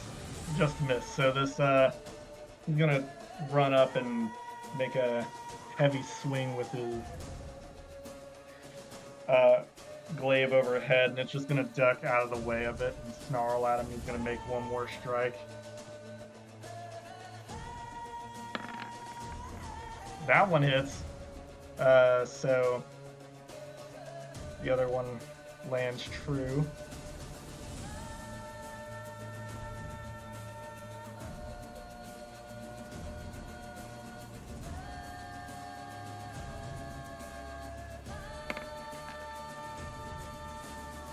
Nice. And that's going to do some damage. Woo. So he brings, he charges forth and with a crying goblin against this ghoul that's been feasting on one of his comrades. He's going to twirl his glaive several times One slash, it manages to duck out of the way and avoid, but the other one hacks down onto its collarbone, splattering blood across the corpse of the hobgoblin in the grass beneath it. It's gonna screech and howl in pain. Now it's its turn, so it is going to respond in kind.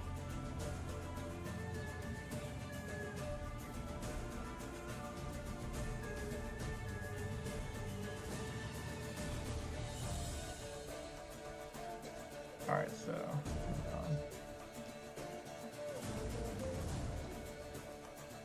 sorry, I gotta manage this shit.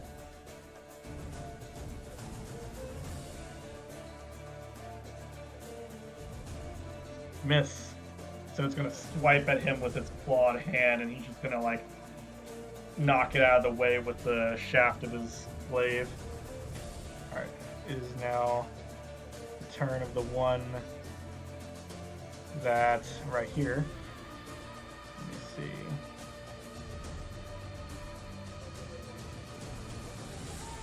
Can't reach no button. Yeah, a problem. We could smack talk all we want. Oh, Reach please Cabal, come get though. me. Now that's his fault for running in like an idiot. Yeah, it's gonna run in and try and take a bite out of Cabal.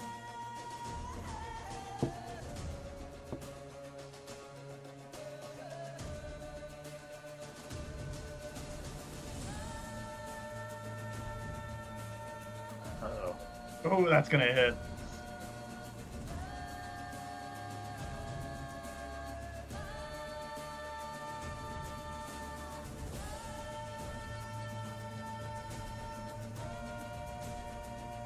That's a spicy meatball. All right. Oh no.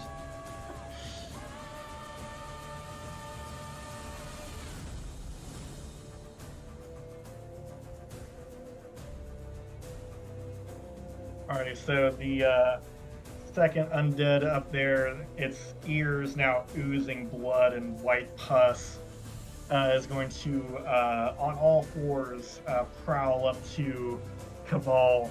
And while he's preoccupied, locked in battle with this other one, it's going to pounce and grab and try and take a bite out of his shoulder. It's going to dig into the meat that is unprotected by the pauldron he's wearing. He's going to just right in pain as it like rips out a bit of his flesh and blood begins to pour out. Ugh. Alright, so it is now the one farthest from everybody. Probably going to take the dash action to get closer to the action. Yeah, so it's going to use its turn to get as far close to you guys as it can. Oh! Machine, fuck him up.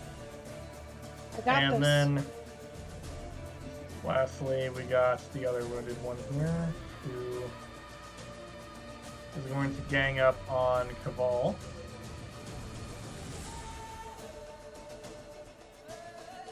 I'm going to attempt to claw him. And miss. So Cabal is now on hyper alert and he's fending off 3 different undead at once. Just barely though. Ashen? Do we go after this guy and like help him survive, or do we just let him die? Okay, so Ashen is gonna... She's gonna eat this attack of opportunity here No. to move here. So roll Maybe so. that. It's going to take a swipe at you with its claws. My What's AC your is AC? 13. It's going to hit. That's fine. You Oh, say that wait, now. wait. Before you declare damage, I'm going to rage with my bonus action. Okay.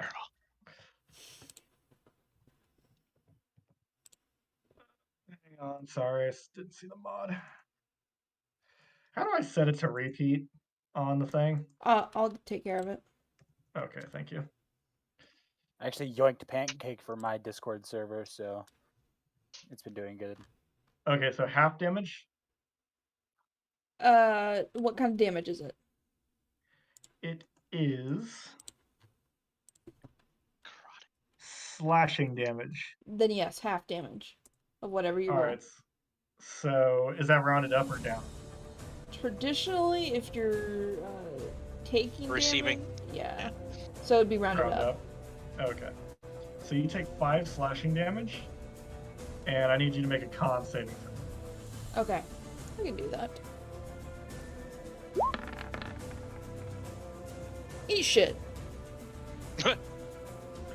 Fair enough. Proceed. Okay. So, Machine is going to target this one with a slash of her Moonsinger, and she is going to attack recklessly, meaning she has advantage. Alrighty. God damn! Alright, so 10 Whoa. slashing damage. Yep. Anything extra because you're yes, raging? or- yes. 2 damage. Plus you have bless. That doesn't increase damage, only my rolls. Well, it's a good thing you didn't need it to hit, huh? Yeah. So 12 damage total. Mm-hmm. Thing's looking rough. You cleave. So no. Are you? What are you doing, Ashen? She's going to flourish Moonsinger and just slice diagonally across its chest. Well, its back is facing you because it's trying to I hack mean, it. across its torso. Okay. She slashes so hard it gets his chest too. Mm-hmm. Mm-hmm. All right. So you slash across its hunched back, Ashen, and this thing screeches in pain. It's like taloned hands are reaching up to the sky, and it's just howling. Blood is just pouring out of its back, and you're pretty sure you severely damaged its spinal column. Alright, is that your turn? Yes. Alrighty. And... okay, never mind. Alright, so Zed, you're up. Okay. I know this is going to negatively impact Caval soon. But Oh boy. Zed is going to cast Fairy Fire, and she it affects a 20-foot cube as long as it's within 60 feet of me. So I want to cast it so that it affects like the 3 creepy guys, like that cube. I don't want to hit Asheen. I don't care if I hit Caval soon or not. Wow. Alright. So all 4 of them, they have to make a Dex saving throw. Here, I'm just gonna put up the spell.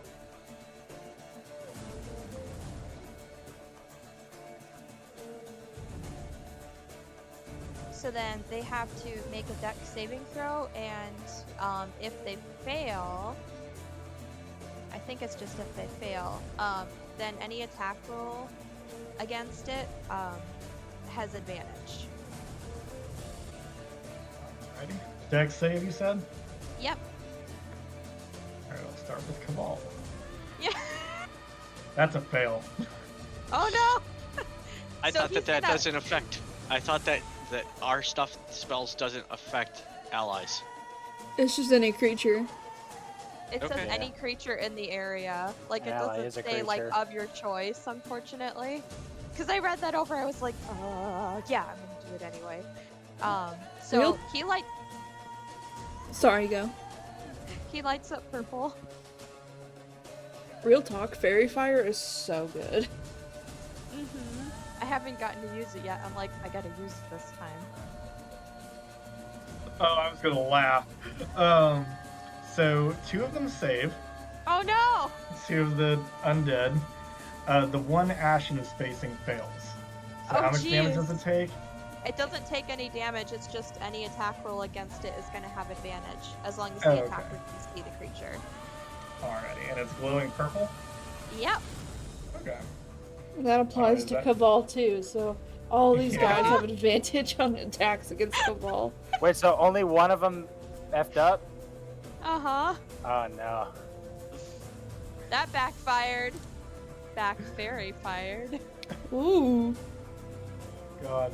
Alright, so they are now glowing purple, and Cabal's looking pretty stressed as he's fending off now 2 undead. Is that your turn, Zed? Yep, I think that'll be my turn for now. Yep. Ready, Fred, you're up. And I should have added your Dragon. Drake Yes. to the turn. I keep saying dragon, but it's a Drake, so yeah. Yeah, it's gonna share the same turn order technically as you, but it's gonna go after you. Yeah, that's what he said yesterday. I would definitely recommend your Hunter's Mark.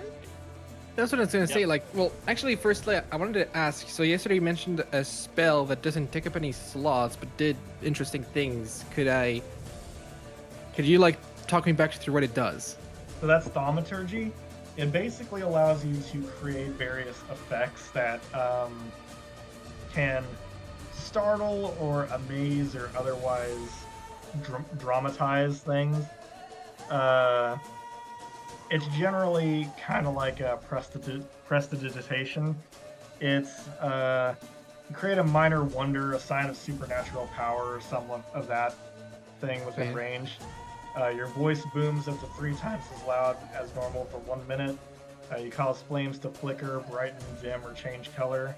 You cause harmless tremors in the ground. Create an instantaneous sound that originates from a point of your choice within range, such as a rumble of thunder, cry of a raven, or ominous whispers. Instantaneously cause an unlocked door or window to fly open or slam shut, or alter the appearance of your eyes for 1 minute. There's so much potential there.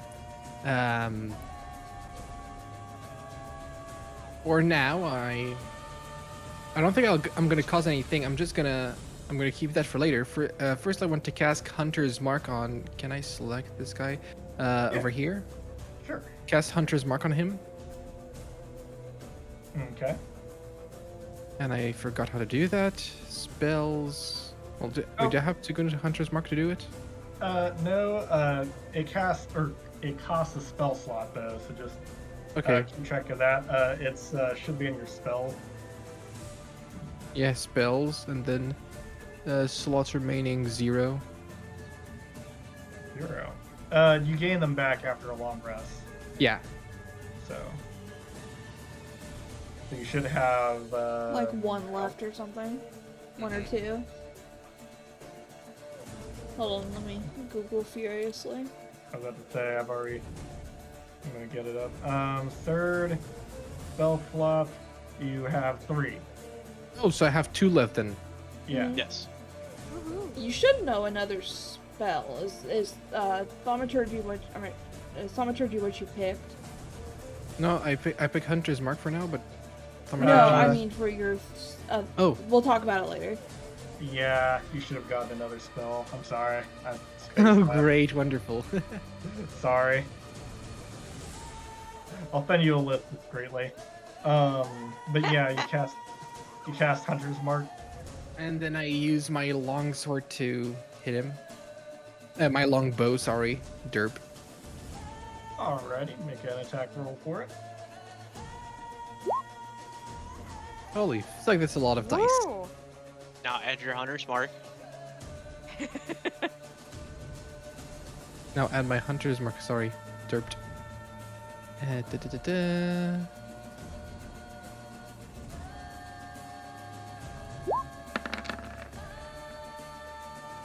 There you go. So 12 damage. God damn. Nicely done. Look at that. Also, didn't I have like the other thing here that someone else had sent me, or is that just counted as? I gave you bless, and what that does is that would have added 4 to your attack, but your 18 attack hits. So Okay, yeah. you didn't need to use it. It's okay. Mhm. Just trying to remember. You're good, man. You're good. Yeah, you're good. It's a lot to remember. It really is. It is. Yeah. So definitely you've done this a million times before, Fred. You draw an arrow and just loose it, and it finds home within the undead creature's heart. Unfortunately, it's undead. The laws of anatomy apply differently to it, so it's still up and moving. Nice But it shot. definitely looks hurt. The arrow went entirely through its chest and out its back, and just blood is now just actively leaking down its chest. Is there a way for these things to die? Yes, I should have asked that earlier. I have that. Oh boy. Since you've issued no orders to Norbert, is that your turn? You've used your action and bonus action? I can send orders to Nora, but I thought that was like the turn afterwards. That's a bonus action, but you've already used it to cast Hunter's Mark. Yeah. So Yeah, you're so good? that's the end of my turn. You can tell Norbert Alright. to attack. Yeah. If you want, you don't have to. All right, so Norbert, who's not been given any orders, just like keeps a guarded stance next to you, Fred, and hisses Yeah. and lets out a low guttural growl against these things. Just gonna keep it at bay for now. Yep. All right, Saki is going to look to her captain and try and patch him up a little bit. So, 1 second. Sorry, I'm not too familiar with cleric spells. Alright, so... Yeah, she'll do that. She's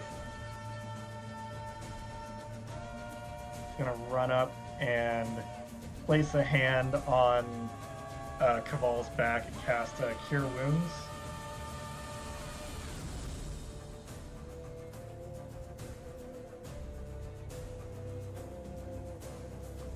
Sorry, I gotta keep track of her slots.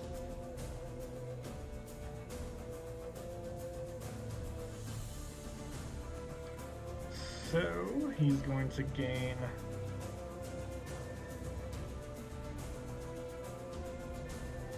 Okay.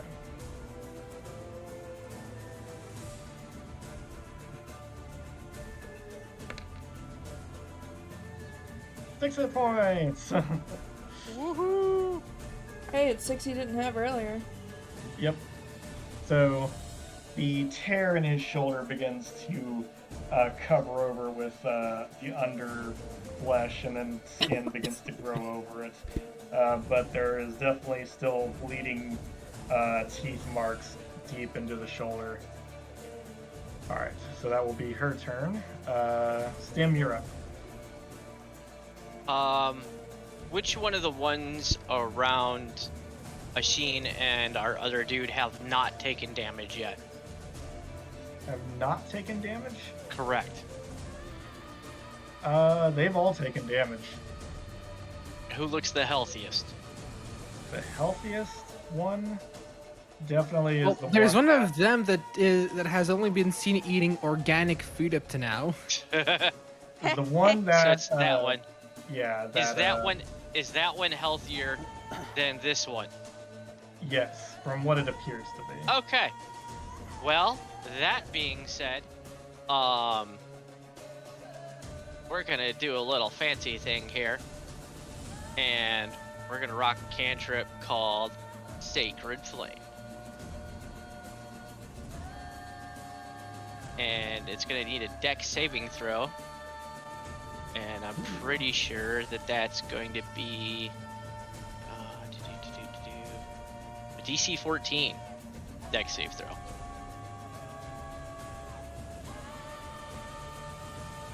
I keep forgetting their fucking dex mod. Alright, here we go.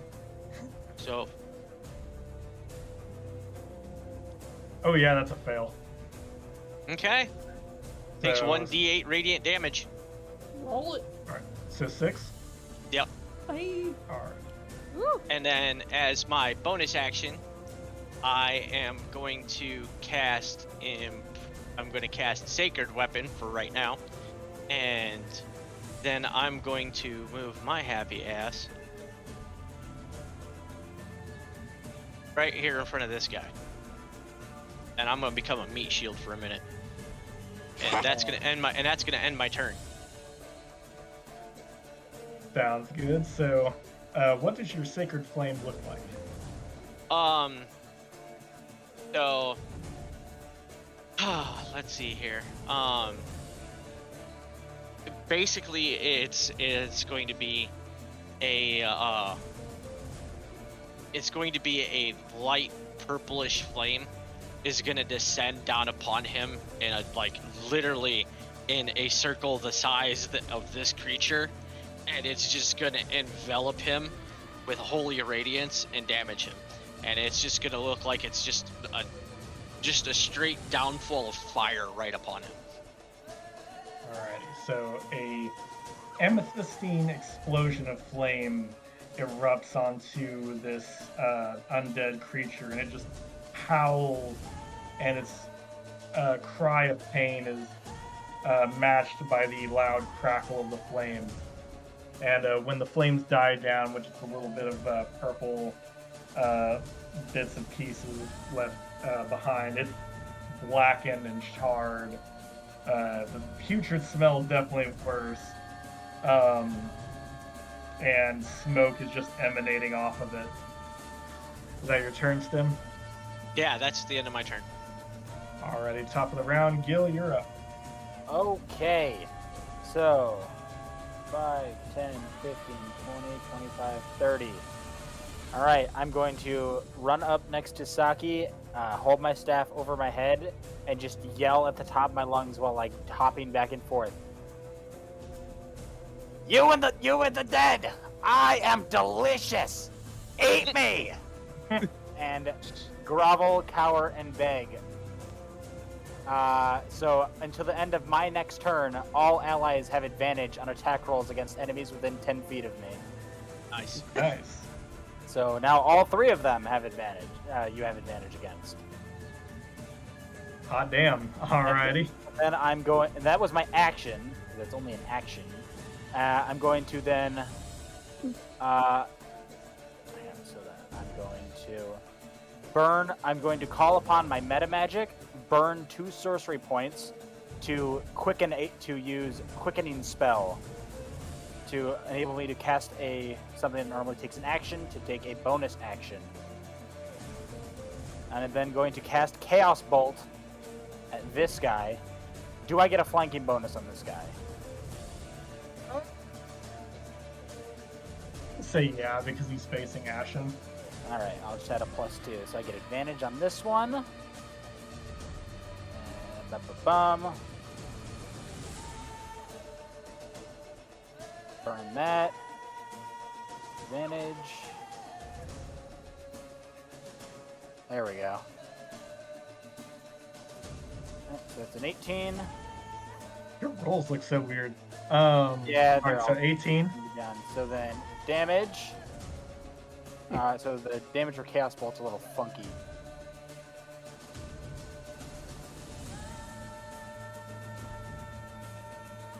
Alright, Nice. 17. Ooh. 17? Yeah. Jesus Christ, my guy. How you want to do that? And, Yeah, and I get to pick. Oh wait, no. I need to pick one of the. Oh, I need to pick one of the. Hang on. Choose one of the d8s. The number determines the attack damage. Okay. You can so- do thunder or lightning. Oh, thunder or lightning? All right, it'll just be thunder damage then. So, I just throw this giant black orb into the sky, and it falls down on his head, and just cracks open with like a thunderclap. Before there's Alrighty. thunder, there's lightning. Ciao. Ciao. So, And when that it is my turn. bursts like a bubble, its head goes with it, and Ashen, just viscous blood and brains, a bit of eye matter, and just everything else, just gross bits of organic material just splatter over your face and onto the back of Cavalstion's helmet as this creature's head is just blown clean off its body. It staggers and reaches towards you for a moment before collapsing to the ground dead. Alright, so that's it for that one.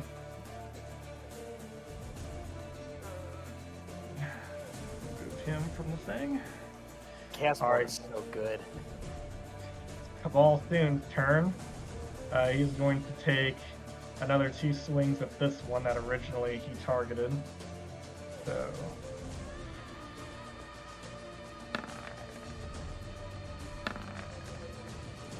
and miss each time. It was just Oh. fighting his strikes off with its powerful claws. Each one, he's kind of just dancing against this thing. Matching claw with blade and wooden shaft. Alright, so that's his turn. It is now its turn. It's going to make a claw attack against him.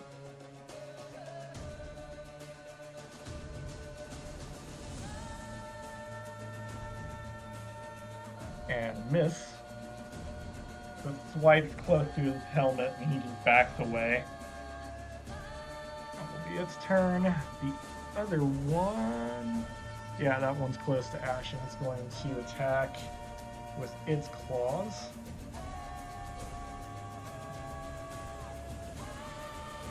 Ooh, what did you say your AC was again, Ashen? 13. That's gonna hit. So, 1 second. What the fuck am I doing? Hang on.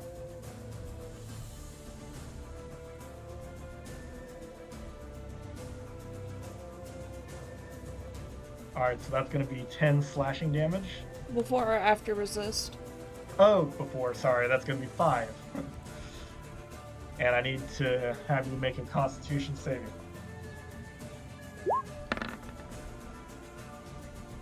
Yeah. Hell yeah. Nice. Atta girl. Ooh. Let's So, like before, Ashen, you feel this strange stinging sensation whenever it slashes at you. But your powerful constitution just allows you to just resist it through sheer willpower. You're too pissed off for this undead poison crap. Alright, so that's its turn. And lastly, we got the one duking it out with them. It's going to try and take... Let's see, he's pretty well armored. I'm going to say it's going to try and slash at him. Ooh! Yeah, Uh-oh. I'm going to say that one's going to hit 19. 20. Nice. So, didn't think you had plate armor just yet. Let's see here.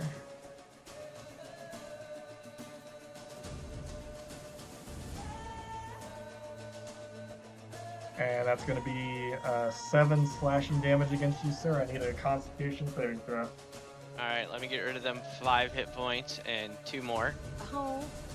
All good. Alright, and then a con save? Mm-hmm. Oh! Oh So, Stim, you feel as its claws slash into you, your body just immediately lock up, and the and originating from the slash wound on you, this burning feeling on it, but your muscles just tighten up as if you've just been like restrained with chains. And Uh-huh. yeah, Uh-huh. So, am I paralyzed now, or? you are paralyzed, my friend. Oh, You no. can make an attempt to get out of it with a con save on your turn. Or Okay. hold up. Keep the saving throw at the end of each of its turns, ending the effect on itself on a success. Okay. So at the end of your turn. Well, if I'm paralyzed, I can't do anything, right? So Yeah. that would be a con save end of turn. Yeah. Well, that's a Sorry. shame. Ashen, your go. Ashton's gonna just move right here. Actually, it's gonna move right here for flanking. Which does not provoke Awu. Still in threat square, she never left it. And, she is raging. Hold on.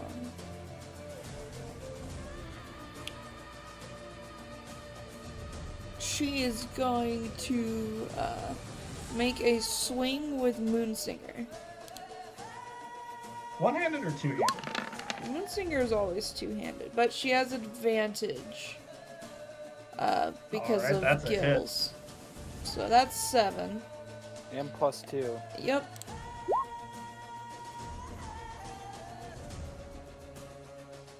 Alright, so 9. Yep. So you swing Oh, and overhead. +2 from flanking. Oh, +2 damage from flanking. Yeah, because we do a +2/+2, right?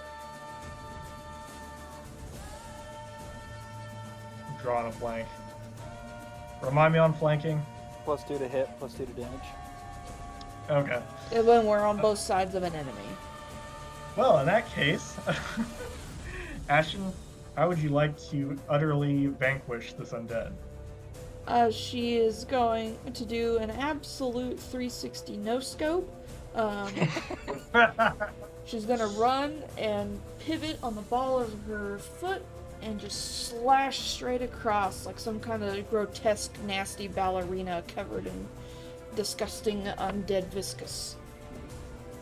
I love it. Aiming for nowhere in particular? Nope. Alright, so like the most deadly ballerina in the world, Ashen swings her sword and you turn to see the remains of your foe, Ashen, because that you can feel the resistance even through your rage. Your sword cleaved through a lot. It took a lot of strength to get through what you had just bit into. You turn around and see that half of its torso is now gone. Where it is, you're not quite sure, but you hear a loud thump behind you. And its clawed hand clenches once, and then the rest of its body just topples over dead. Alrighty, so is that your turn? Yep. Alrighty. So, let's see here. Yep, that's that one. Alright, so Zed, you're up. Alright, I'm going to run over, well, right up here next to this guy. And I am going to... So I was holding my daggers. Can I switch to my rapier? Like, is that something I can do? It's an item interaction, so you get 1 free 1 per turn. For Okay. sheathing the weapons and then retrieving another one is... Then it would be, yeah. Yep. That's understandable. Okay. So then I'm just gonna take my Harpy's Talon and I'm going to take a stab at this guy. You have 2, I believe, so can you bonus action attack with them? I think you I can, it's just no could. dex mod. Yeah. So I'm only gonna take 1 swing at him because I would like to then, if possible, give Bardic Inspiration to Stim. Just like give him a thumbs up and be like, "Come on, champ, you can do it."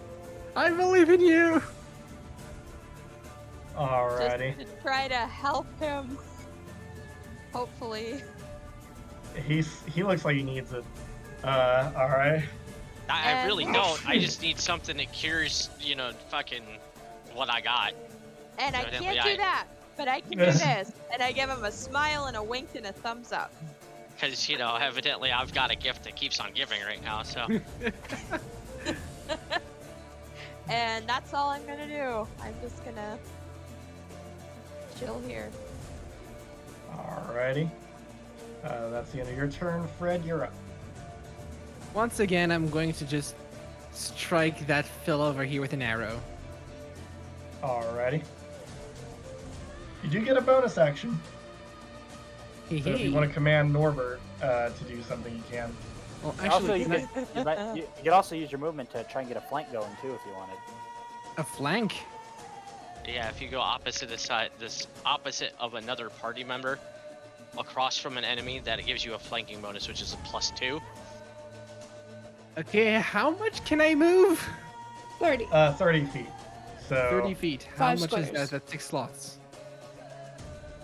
Yeah, 6 squares. I'm gonna move over here to make it easier to reach this guy afterwards. Can Norbert follow me, or? you can bonus action tell him to. Okay, I'll do that. I think actually, hang on. I'm pretty sure he just follows you Yeah. automatically. Oh, okay. Yeah, like if you don't issue any orders, he'll stay close and take the dodge action. Okay, if yeah. everything tries to attack him. So I'm gonna Yeah. move there for later so I can strike this dude, but for now I'm just gonna strike this dude with a nice little express package from my bow. So If I you're can calling it a roll it. quickie. Got it. Yeah. A little love gift. It doesn't help. I love Cupid's it. arrow. It really doesn't. I am Cupid, and my arrow is just a gift for him to communicate my love. Right? Take my love straight to the chest. Yo, nice. God damn. Woo. And What then do did you I cast aim- Hunter's Mark again, or Yes. No, So- Hunter's Mark stays, and then no? Like, do What I you- roll Hunter's Mark for Yes, extra you damage? No. roll Hunter's oh Mark yeah, again. you do for damage. Sorry, I thought you meant like recasting it. Oh, Hey, every damage helps. That's yeah. exactly it. 7 So- damage. Fred, what are you aiming for? You get Because the this is plus. gonna do it. Yeah. This guy's head. So you're aiming for his head. Yeah. Alrighty. So It goes right through it, comes out the other side.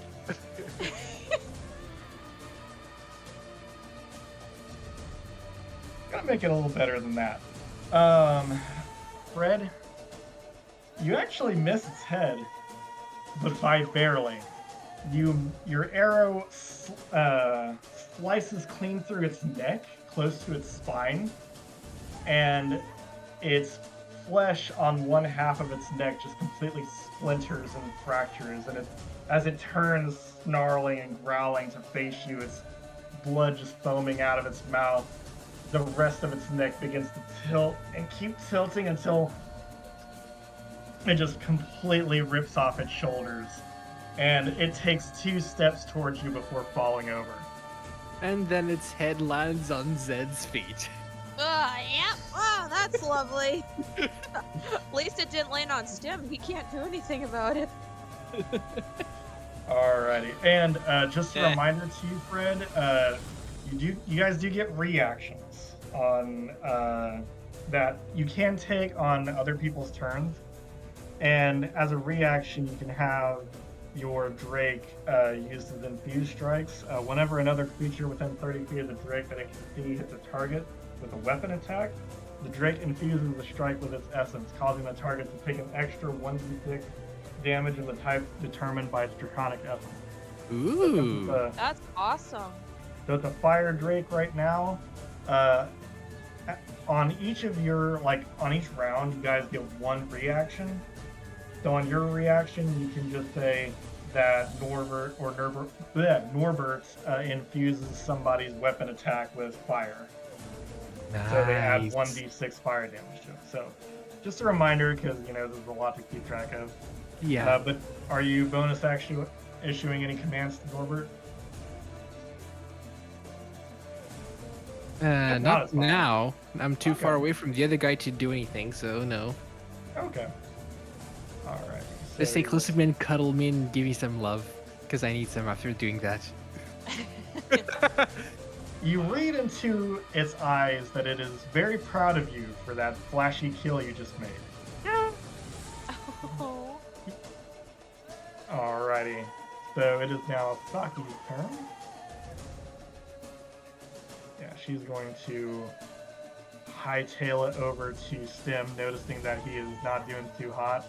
She's going to cast Lesser Restoration on him. I've taken 2 damage.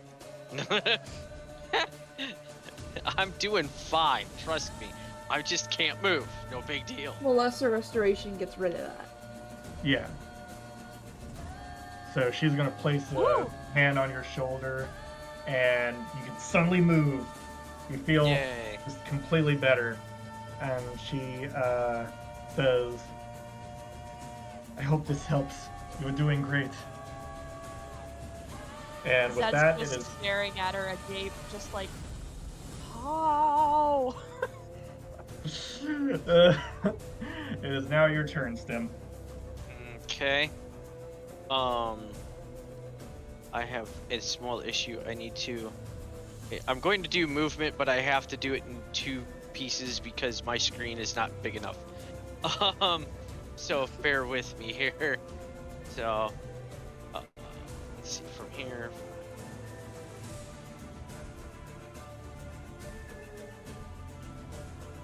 Hold on a second.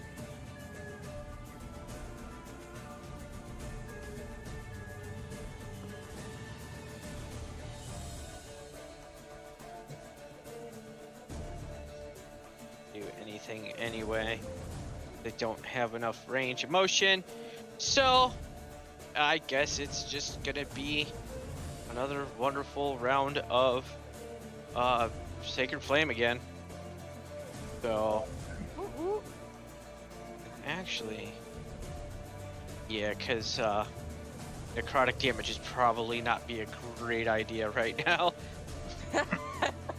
It juices it up. Right? It's full health and then some. All right. Great. What did you do that for? Because I wanted to kill it. Sacred Flame, DC check, Dex 14. Ready? RN Jesus, I hate you. Why do you not love me? Why have you forsaken me, RN Jesus? Did they make their DC check? They did not. Okay, they take 3 radiant damage. So, Alrighty. It's a mild sunburn.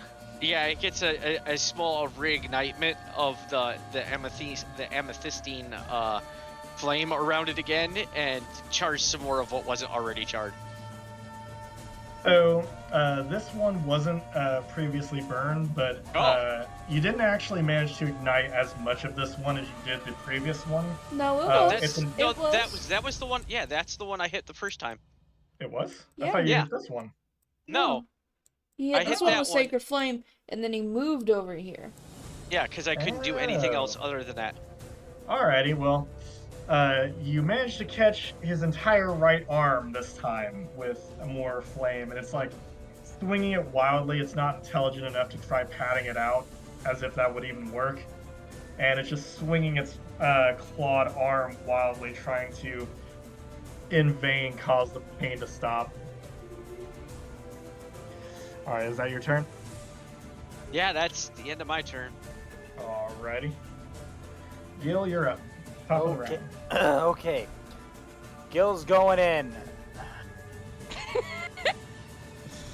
He's going to run away. He's going to run a circle around, kind of like around this clear area, and then come running back at the undead thing, full speed. And as he's like running close to the ground, he pulls both of his knives out.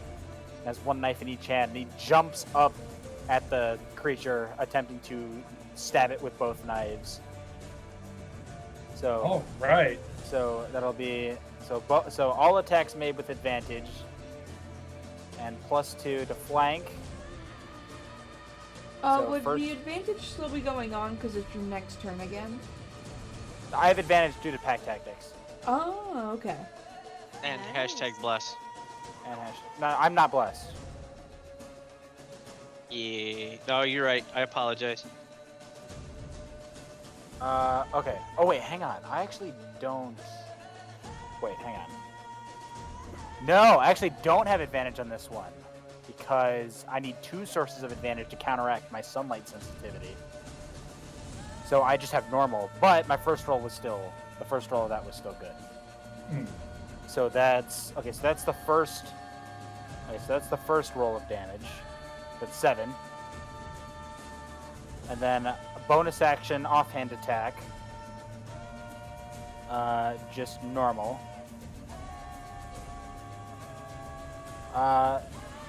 18, still good. And then this damage will just be -3 because no ability modifier. So just 2 damage. That is perfectly it. Ooh. So, you're just jumping onto this and hacking at it with 2 daggers? Yeah, basically trying to remove its head.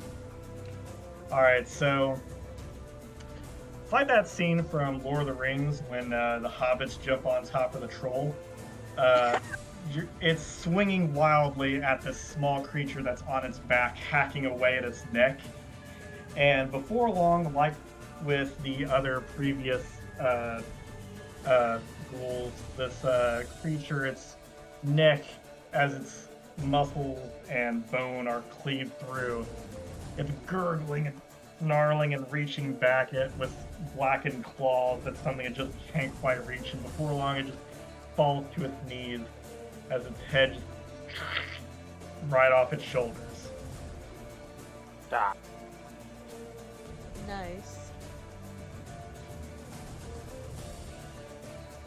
Alrighty, so you all have successfully slain. You guys have cleared the area of undead. And let me move this over here real quick so I can access this X. Fucking thing. Alright. So, you all stand amidst the carnage of what is left behind, surrounded by dead bodies of armored and robed hobgoblins, some of whom who've been torn into by these uh, undead creatures, and the undead themselves. Kaval will plant his glaive into the ground and remove his helm, throw it to the ground, and roar in rage into the sky and send some birds that were in trees swooping away. He'll fall to his knees in grief.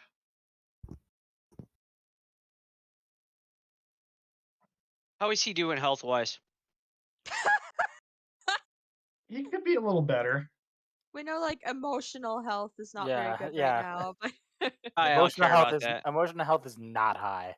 That's nothing that a good cuddle from a sweet little dragon can't help.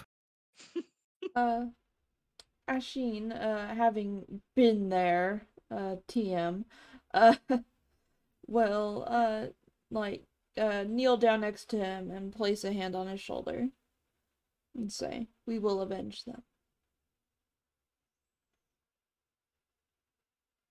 I thought we just did. They didn't do this. Uh-oh. Stim will nod at that and say, "These were just scavengers."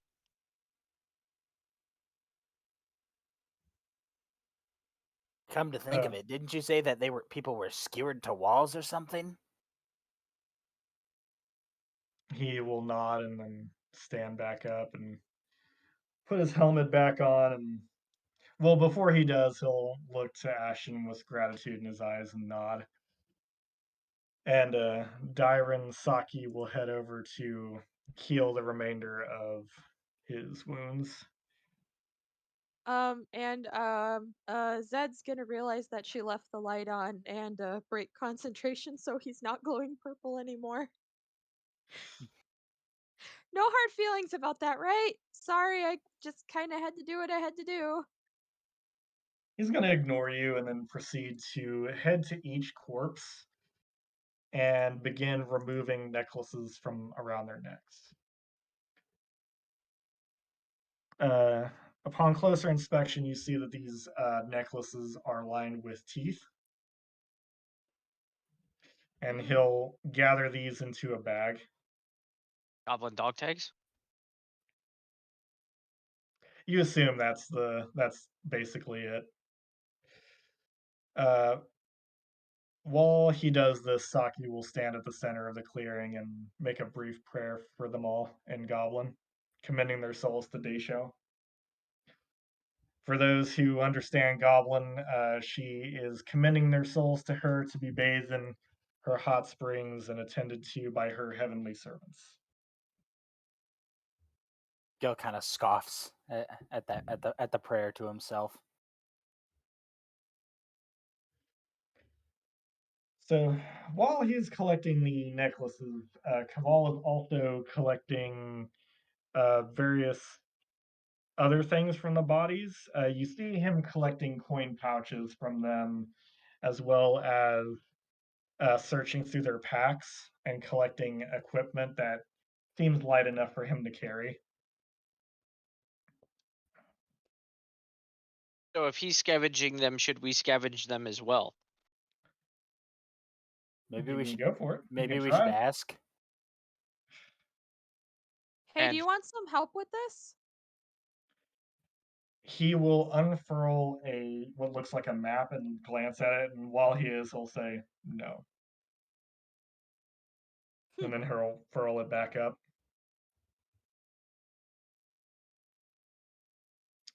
So once he has gathered all those up, which takes about like a minute or two, it doesn't take too long. The forest is eerily quiet. Um, Stim would like to inquire about the map that he just unfurled. okay, so you approach and ask him about the map. Yeah, he's gonna ask him. He's gonna be so. So what does the map say? It is a map Or of the are those, region. or are those battle orders? They were given orders, but this is a map of the region.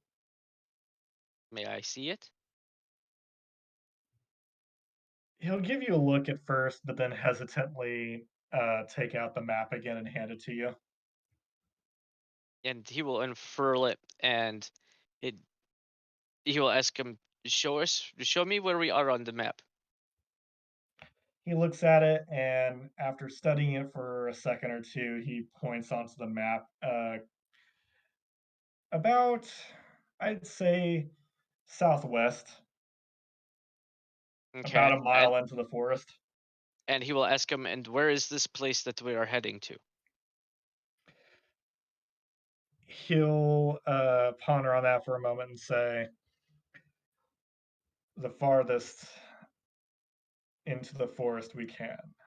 And he'll like trace over to not quite the center of the forest, but more northeast from where you guys are. Okay. And he'll say, let's find a higher vantage point and see where things stand. Is there anything else notated on the map? Not much. You see some ruins far, far to the east on the map, but uh, as you stare at it, you begin to see bits of unnatural gray ink begin to spread in a tiny corner on the western, northwestern side of the map, up mm, close to where a mountain lies. You see this ink illuminate an area that is resembling what it looks to you to be a temple.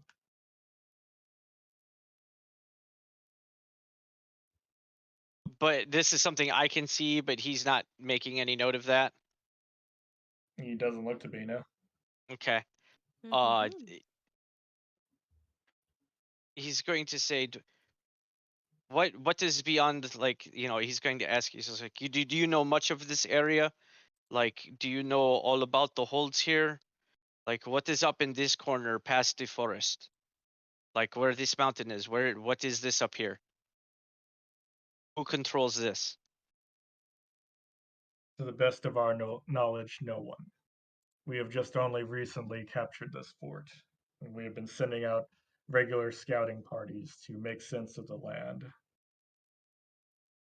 And then Stim will also ask about the ruins on the map and say, what are these? What do you know about this? Nothing good. We have steered clear of that ruin because the scouting party we sent there came back reporting that it was haunted. Haunted by what? Surely you did not believe in ghosts. And he will kind of chuckle and like smack, like elbow him a little bit. He will say, all I know is what the scouts reported.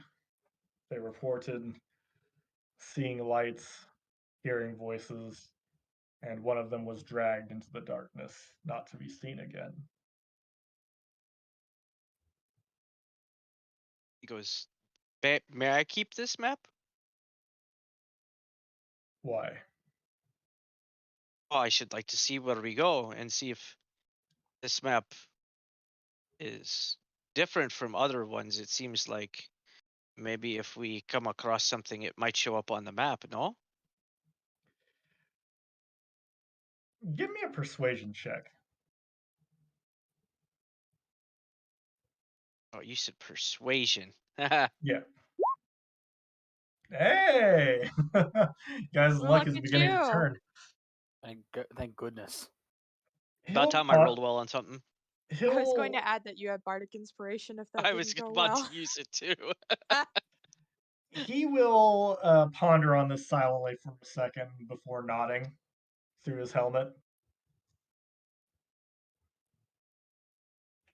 Something else before we leave. If we survive this and we get back, can you have me speak to those men that went to that ruin, yeah? If you so wish. But our paths Oh, may not take us there. well, if they do, I should like to speak to them. Alrighty. So, that being And with that, settled, he will roll up the map and stick it in his stuff and kind of just walk away from him. alrighty. Just add that to your inventory. Map of the Yep. local region. Doing that now. And while he's doing that, Ashin is going to go to Fred and say, "You shot well."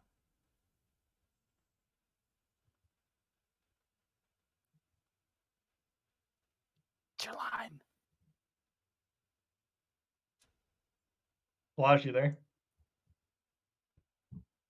Redderton, Hmm? Lazasta. there you go. There you go. Hi, Fredderton welcome. was He's lost in breathing. thought, scratching his Drake's Lost in thoughts all little alone. chin. Yeah. He's very distracting.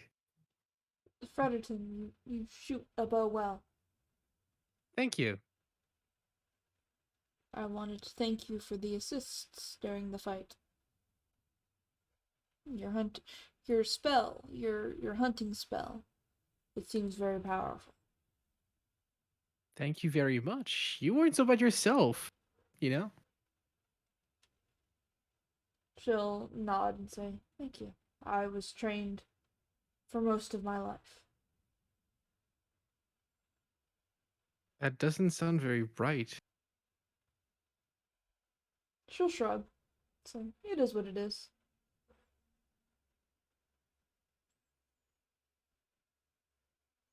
Gil tugs on the back of Fred's shirt.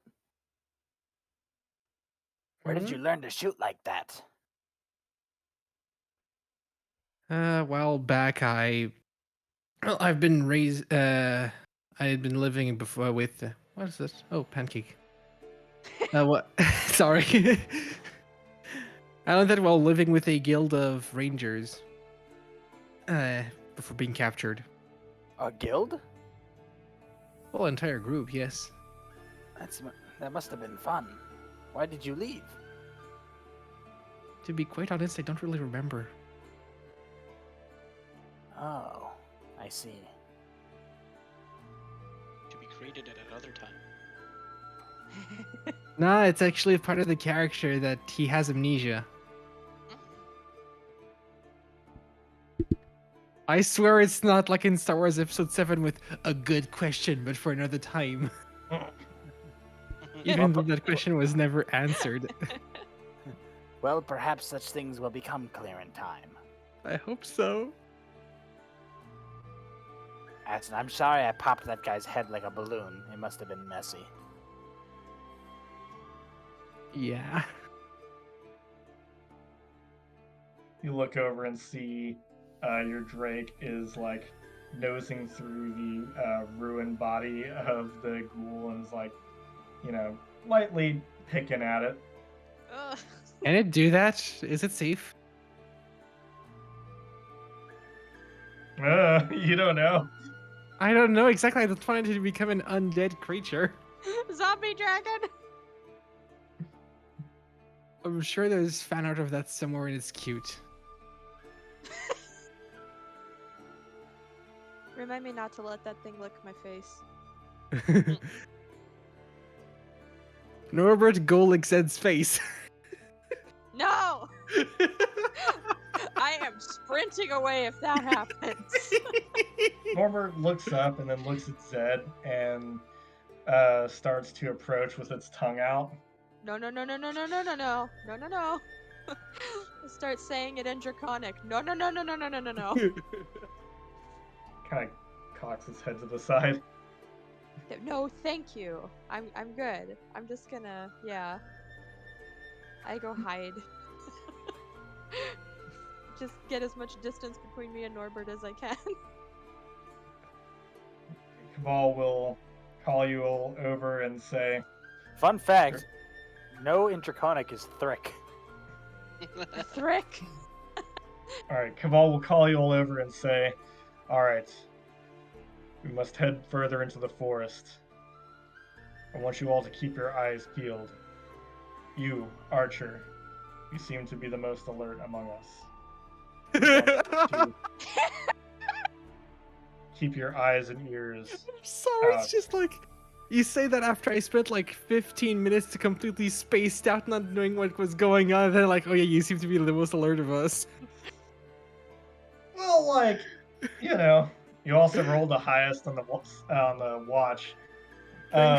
Thankfully, thankfully Fred doesn't have ADD like me. Alrighty.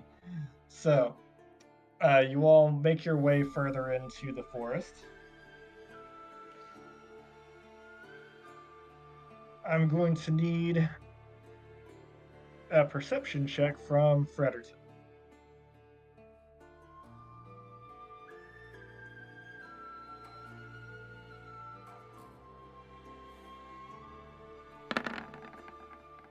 Ooh. God damn.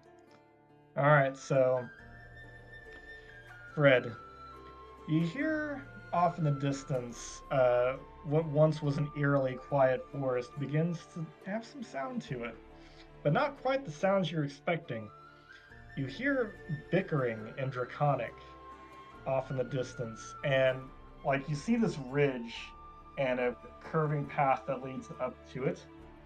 And the ridge, like it's a cliff, like a grassy cliff overlooking the rest of the forest. Can I And- understand what the people are saying in Draconic? Yes, give me 1 second. There is another. Best describe this. Another part of the stone cliff face over it, providing just a natural roof. In Draconic, you hear voices bickering between one another. As you begin to approach and with the rest of the group and make sense of it, you hear them saying, "Gonna do? What are we gonna do? We have to figure out something!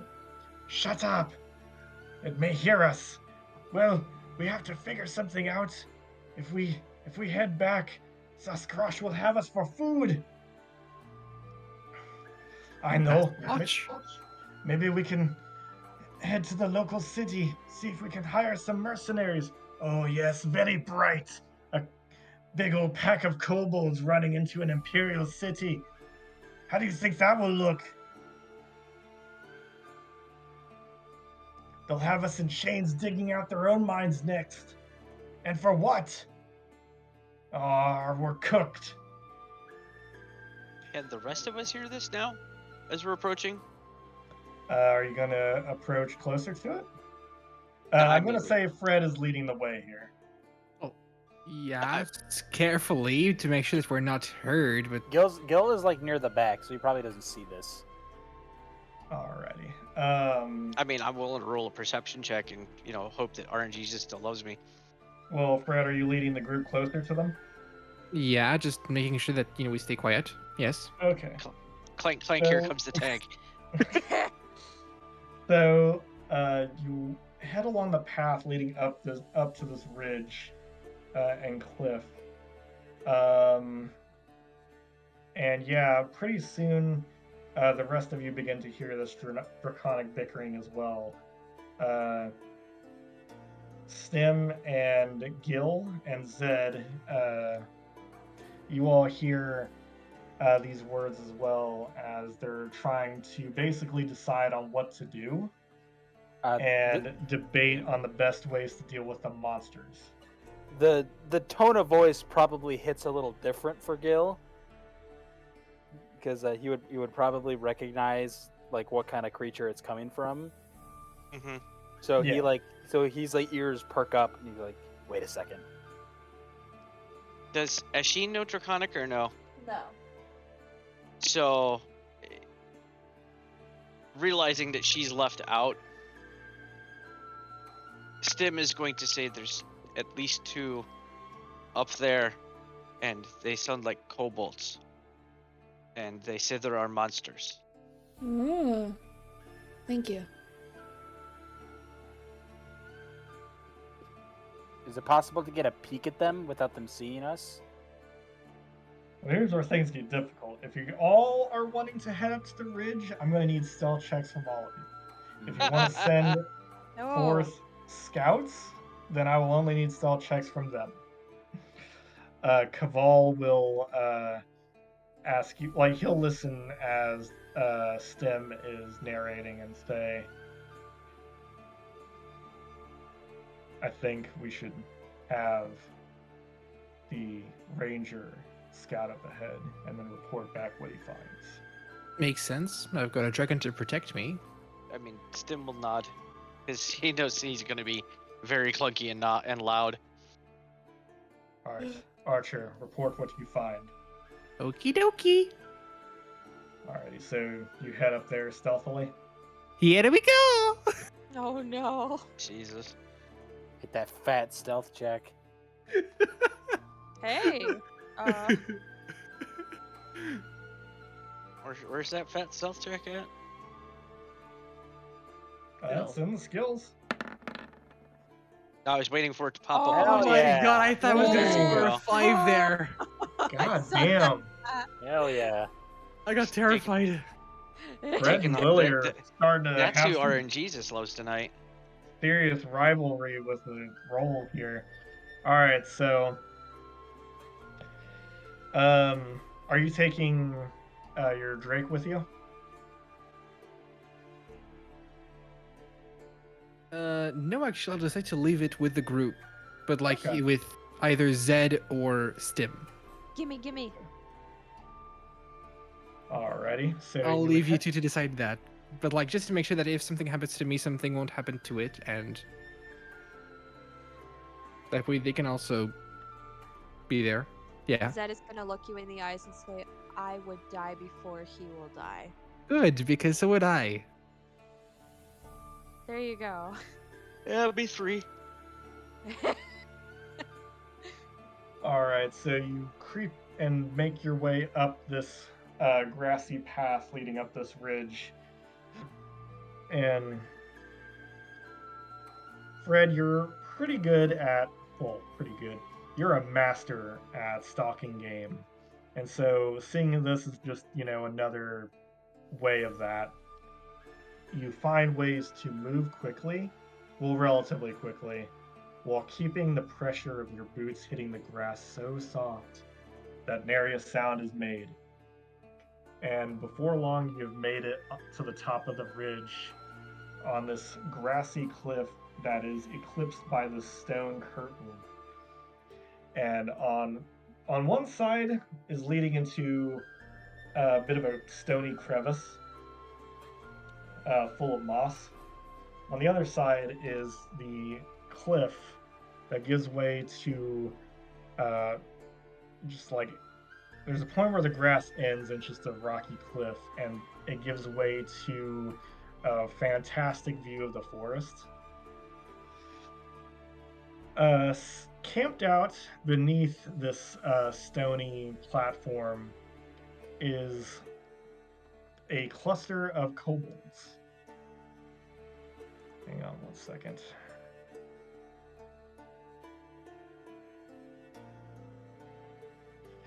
You guessed about 6 of them, just based on head count. And you can hear them clear as day from this distance. They're discussing what they can do to get the mine back, and like their low prospects of finding someone who sympathizes with kobolds and will not try to screw them over.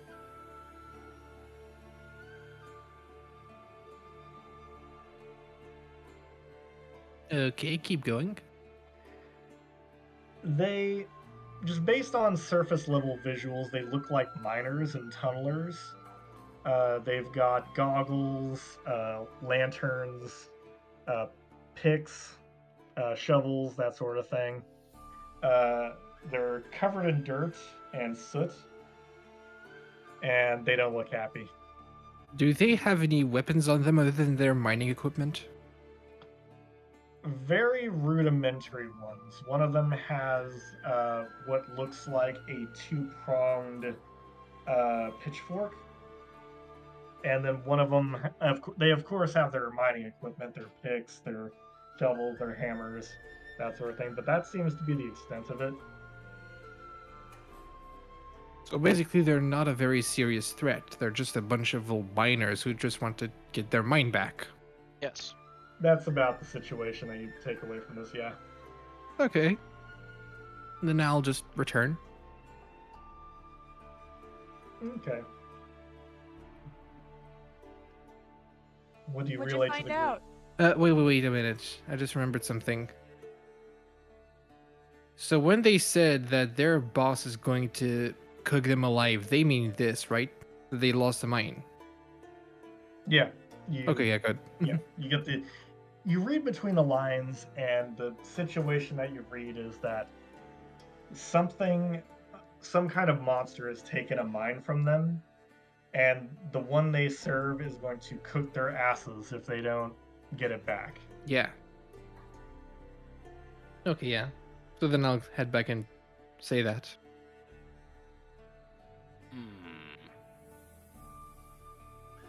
So the one they serve isn't here. Not yet. Kaval soon. Could this thing that took the mine be the thing that we're after? With luck. But there are many monsters throughout the world. But one can hope. Perhaps We'll we need could get more. them to describe it. That's what I'm thinking. Yeah, Would that they sounds like were- a good idea. Would they sympathize more with the kobold? Kobolds are notoriously skittish, but perhaps.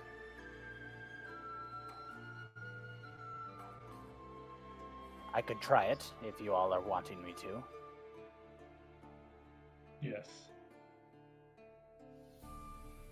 Yeah, I think you've got as good a shot as talking to them as any of us do. Very well. Let's see how this goes.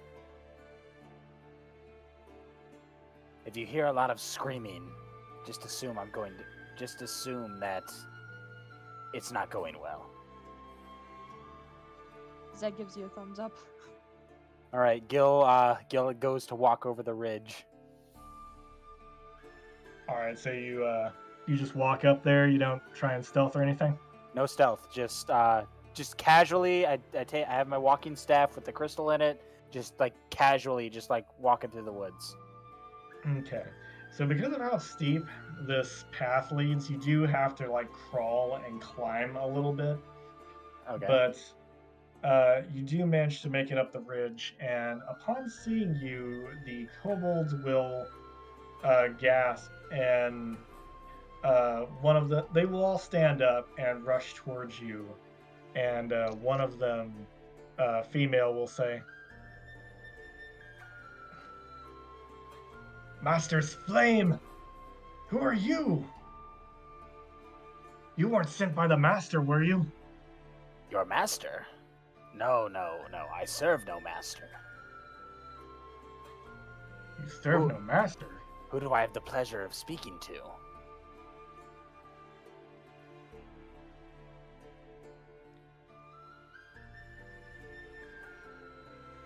One second. Did I not write down these fuckers' names in my notes? Good God, Augie. FantasyNameGenerator.com. So Come on, here Nate. you've got Click. I was so about here to you've say, got Gillian, you've got Gilbert, and you've got Gillette. like, there Oddly you enough, go is the again, best a man girl. can get. Constantly raising the bar. So they each introduce themselves in turn. There's actually 8 of them. Oh God. Okay. Wow. Um, Okay. I guess I'll settle with the name of the one in front who seems to be. Does she seem to be the one in charge? you're not quite sure, Okay. but she is the one who's addressing you currently. Okay. She introduces herself as Itru. ITRU. IATRU. ITRU. IA. Gotcha. Okay. No A. Hey? No A. Huh. Hey. Okay. I'm Okay, gonna so- kill you guys. So she introduced herself, and I respond in Draconic, just. Petra Nazgare Kestia Fiafus, Siamniako Gil. Which is Draconic for pleased to meet you, my name is Gil. Ah. And It's actually they- Draconic translator, it's really funny. Oh. There you go. Okay, It's so kind of then. legit. Okay, so then, okay. What is a group of lovely ladies and gentlemen like you doing this far out in the woods? We were part of a team. We were mining the nearby Keshkar mine for our master, Zaskarash. But Zaskarash, and what manner of a beast be he? he is the great lord. He is the Red Dread.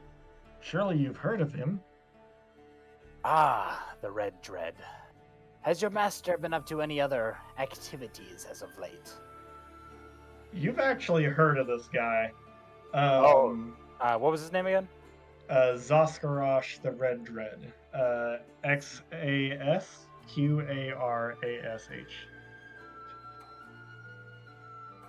Xasqarash. Zaskarash. Yeah, Zaskarash.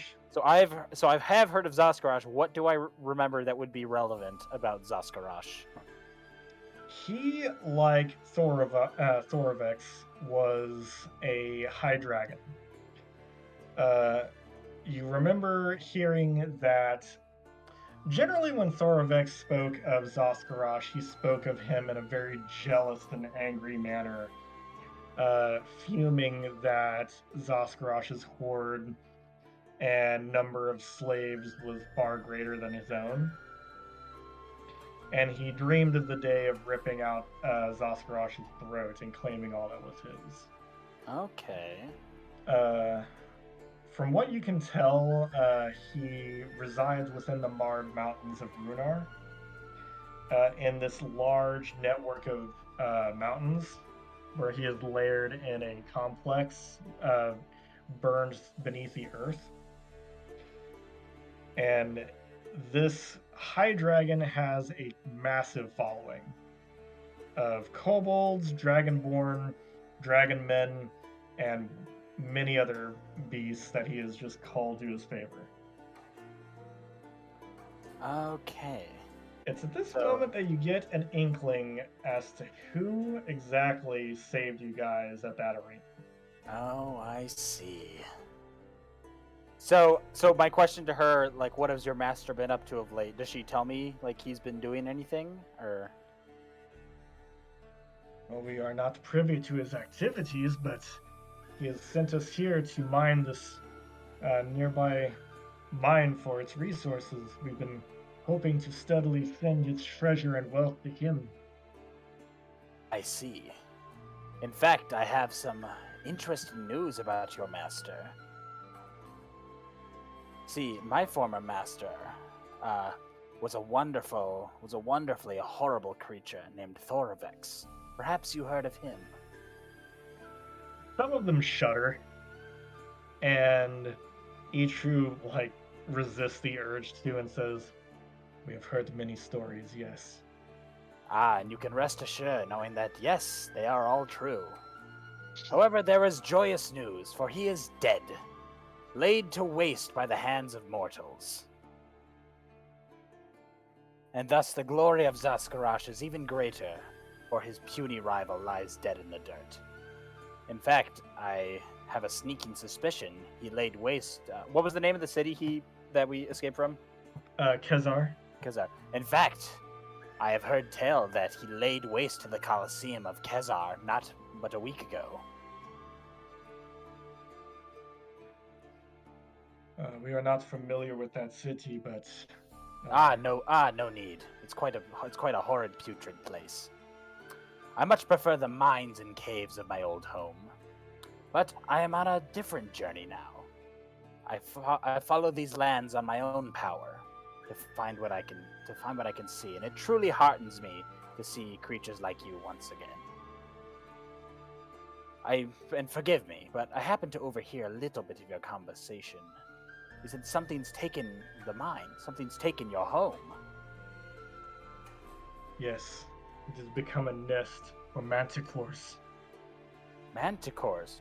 Do I know what a manticore is? Give me a...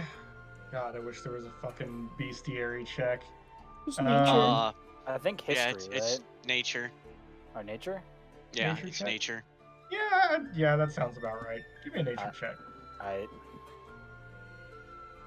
14.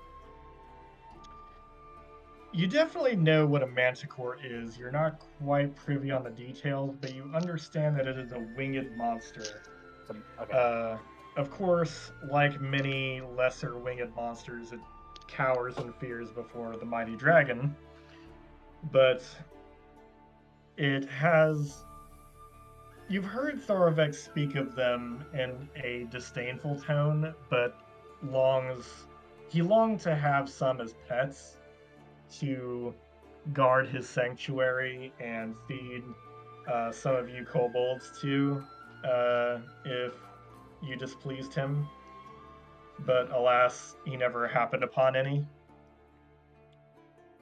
Okay, good. So I know like they're just like some big animal monster. Yes, that flies. Okay. Manticores, huh? Do they come at you in great numbers? Do they overwhelm you? It does not take much to overwhelm us. We're just simple miners. But yes, it was a mated pair.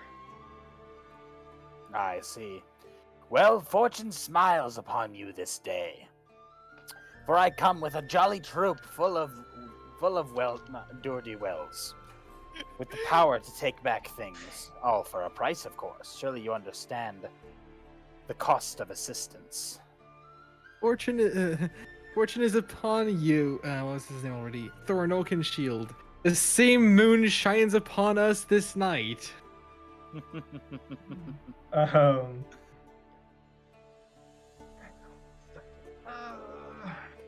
Shall I go retrieve my merry group, and we may talk business about relieving the mines from these monsters? For it is in our interest as well as yours. They'll look between each other and Itru will say, "Oh, what is this band? Are they more kobolds?" Unfortunately, no. One cannot simply fraternize with just kobolds and expect to get far in the world. No, my band comes from creatures of many different kinds, of many different walks of life, and we're all the stronger for it. Itru, do you speak for your group? I mean, I can. Our foreman was slain. Ah, then it seems you are the one in charge. I suppose. Yes, take charge of your men. Ready here, and I will go and fetch my group. We will descend down the hill slowly, non-threateningly. You have nothing to fear from us, as long as we have no fear of trickery from you. Did you just say you're gonna infect us? No. All right, so they'll Motion through agree. default. It's always great. They will agree to this and huddle together in a ring to discuss while you head back to retrieve your group. Okay, As so I you- walk. Oh, wait, sorry. Go ahead. As you turn and make your way down the path, Gil, you feel strange influences begin to bubble to the surface within you. Deep within yourself, a chillingly familiar voice calls out to you. Kill them. Kill them, enslave them. Take them to the mine. Take it all. Take it for your lair. I assume this is good old Thorovex talking to me, eh? It's his voice, It's his voice. but you do remember finding him dead in that cave. Oh boy.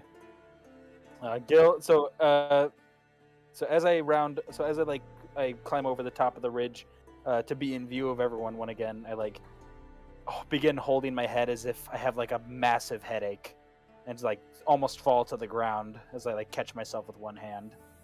Whoa, whoa, whoa. Do we Zed's gonna notice this? run up and try to steady him if she notices it, yeah. Do we notice this happen? I Yeah. imagine, yeah. Are you alright, small one? Yes. But there's good news. Kevalsoon, have you ever heard tale of a creature, a manticore? We have not fought these creatures before, but I've heard tale of them. Is there a chance that it may be the thing that we're chasing? Quite possibly. Well, there's a lot to unpack here. I feel like if there were such a beast that were stalking these woods, we would have heard or seen it by now, though. They must be moving in secret.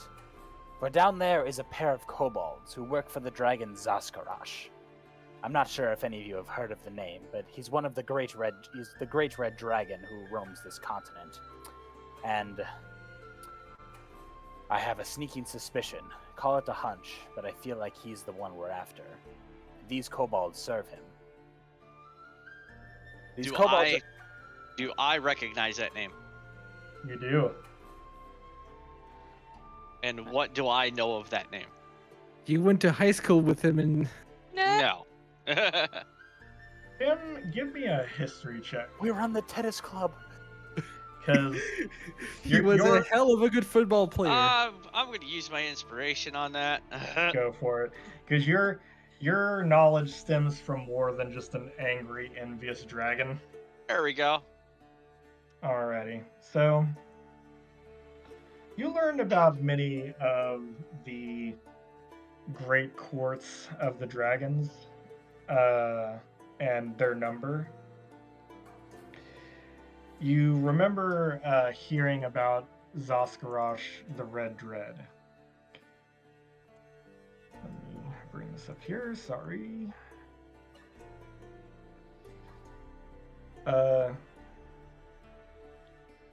Mostly you remember the children's rhyme you had heard when you were still small.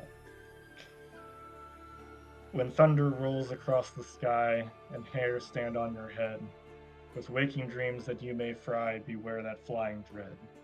For if that bright old sun should dark and the air grows hot and dry, take heed and pray he missed your mark, or else you'll surely die. I'm going to repeat that rhyme. The Red Dread, known as Zaskarash, is the son of a more famous, to you personally, ancient elder dragon, Zendra Kuron, the Crimson Crown. You don't know as much, or at least you don't recall as much about Zaskarash just in this moment.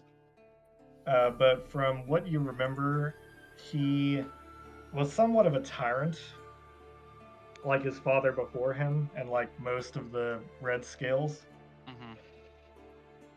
A bit more successful, though, than his father, despite the grandeur of his father's name and how famous his father had been. Zaskarosh is known as the Red Woe because of his destruction of an army at some point in history. You're not quite sure on which. Okay. But he had completely laid waste to an army that had been sent to kill him. Single-handed. And from this, he had claimed the mountainous stretch that had once been this kingdom that had risen up against him. And claiming that these mountains as his territory by right of conquest, he has modified it to be a kingdom of his own in its own right. And from there, he has cultivated a civilization of kobolds, dragonborn, and other dragonkin. And you learned back in your temple that he was one of the renegades, one of the great threats. That his avarice and his pride was too much even for most dragons. And that if left unchecked, he would surely take this entire continent. Has he been kept in check by anything? Yes.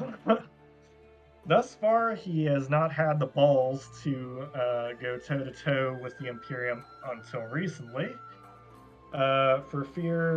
allegedly for fear of the God Emperor's wrath.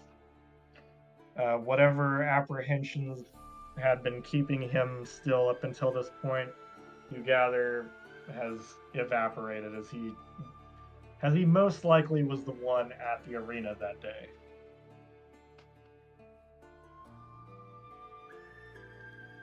Okay. I will impart the wisdom that I know to the party. Okay. So now you all know that. Rad. Oh boy. So this is some important information. However, I feel like there is more to be gained here. Those kobolds down there have had their mind taken from them by a mated pair of manticores. We can work with them, and we have a good chance at rooting them out and getting in their good graces. Then we can ask them whatever we wish. You Also, said they've there's- taken over a mine? No, the mine seems to be theirs. Oh, sorry, the manticore. Yes. Yeah. The manticores seem to have taken the mine. Which means they're likely using it as their home, as their base. Dim is going to quickly dig out the map and unfurl it and see if the mine appears on the map. It does not. The map was constructed based on the goblins' understanding of the local area, and only landmarks that they had discovered or knew already about appear on the map. I'm gonna have our goblin dude mark the mine on the map. Oh, he doesn't know where it is. Yeah, but he should know where it is in relevance to where we were. Now that we have discovered it, should he not? You guys haven't discovered the mine. You never asked the kobolds where it is. Oh, I thought we were like outside the mine. Yeah, No. like I thought they he were like never sitting Oh, no. outside of it. Yeah, no, Yeah, you guys like- are just near this ridge thing. You haven't found the mine yet. Oh God! Oh, I'm an idiot. I didn't, Oh, okay. I didn't Oh, connect you're that dot. It's Sick. okay. Okay. No. So You got a lot of information for us, so that don't is feel something. bad. Okay. A lot Wait to a minute. unpack. Okay. Yeah, Wait a no, minute. they're okay, so I'm not gonna make you roll an insight for this. You as a kobold and knowing the kobold mindset, you understand that there is strategy in mind for the locale that these kobolds have picked. They picked a high up location so they can keep an eye on the sky and make sure that no manticore is going to swoop down on them. And they picked an area with some coverage so that the sunlight doesn't weaken them. So wait, Gotcha. when Okay. I went to scout, you described that on the right there was the rock face, and on the left there was a little hole. Is that the mine? Oh, up on the ridge? Yeah. It's like a cleft basically in a rock Yeah, face. no, it doesn't lead anywhere. It's like it Oh. would be a cave if it led into a cave. Okay, yeah. But instead it's just a everly shrinking stone roof that forms a Okay. crevice. So, what is the group consensus? Do we entreat them to take us to the mines and assist them? It is the right thing to do. Cabal will stroke his beard after removing his helm and say, have you asked them what is in this mine beyond the manticores? What wealth lies within? Doesn't There matter.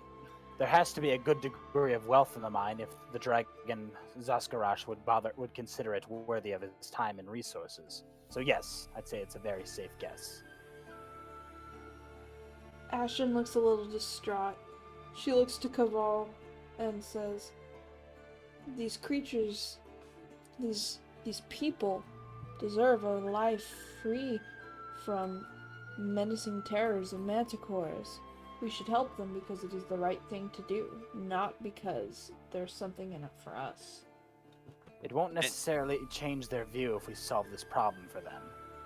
Most kobolds are destined to live their lives as slaves. Stim Yes, will it is still pipe correct. up at that, and he will say, and besides, the enemies that they have, if this mine is in your territory, these enemies, these manticores, they are also your enemies.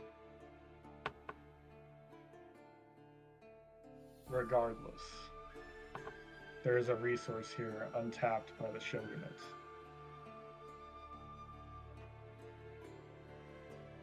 We shall kill all but one or two of these kobolds and use the rest as bait for these manticores to lure them out.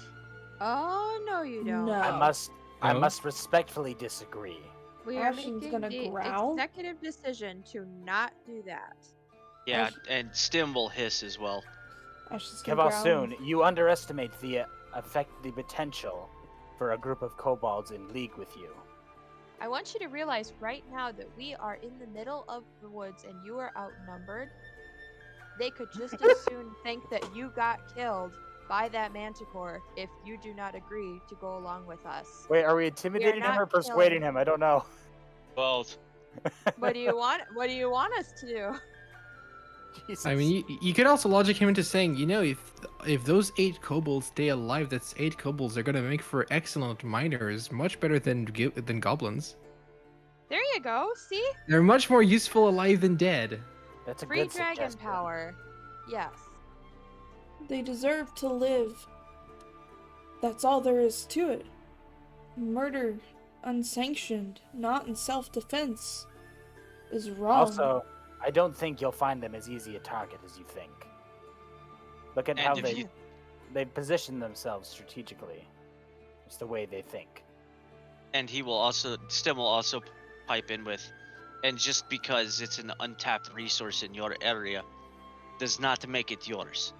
They were there first, it is theirs. And if you kill them to take it, it makes you no better than the empire, the dominion that you wish to fight yourself, yes? The shogunate is here to wage war against the Imperium. Just because there are others that the Imperium oppresses does not mean that the resources here do not belong to us. Whatever we must do to achieve victory must be done. But Well, I will have Fred make a persuasion check with advantage because you all piled on so thick. Because y'all what? Because you all piled on so thick. Yeah, because we're pretty unanimous here. Particularly of note was Gil's appeal to the strategic minds of the kobolds. In their because, placement. Yeah, because if there's one thing hobgoblins respect, it is strategy and pragmatism. Oh god, this DC better be like 5 or something. So persuasion and like, does it automatically do advantage or not? Like, Just click it. There, it should be 2, so it'll take the higher one. Oh my gosh! God damn! Fred! Let's get it! Yeah! Nice job. Fred is just shooting all these fucking skill checks out of the sky with his bow. Alright, so Kaval will consider this for a moment and then turn his back to you all and then turn, like as he paces, he'll take a second in thought and then turn back to you all and say, fine. The kobolds serve the shogunate and mine the mine for us.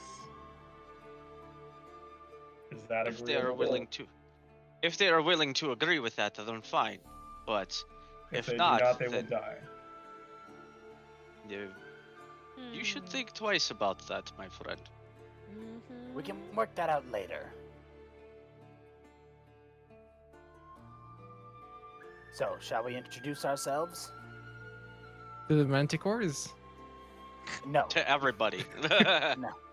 I will go first over the ridge. Everyone just follow along, walking casually. We don't want to make any threatening motions. Kidoki. And then we will all introduce ourselves, and then they will do so in turn, or not, depending on whatever. So, okay, Gil will then compose himself and head back over the ridge and descend, like casually descend the hill. Zed's just Alright. gonna fall into line behind him. Yep. I think we're all gonna do it. Okay. Limbo, limbo, limbo. And so, That's conga. so I'll walk until there's like a good 10 feet of space between our groups. Alrighty. So, as you advance up the hill, leading the party, Gil, you feel that tug once more. The voice calling out, "Kill them and take it. It is yours. The mine is yours, the treasure." I'm not Kill them like all. you! Gil growls out loud. Is he saying that to Are you- them? Are I you hope not. alright, Gil? Just a ghost. She'll nod. Alrighty. As you round the Because I imagine it's almost like an apparition in his head.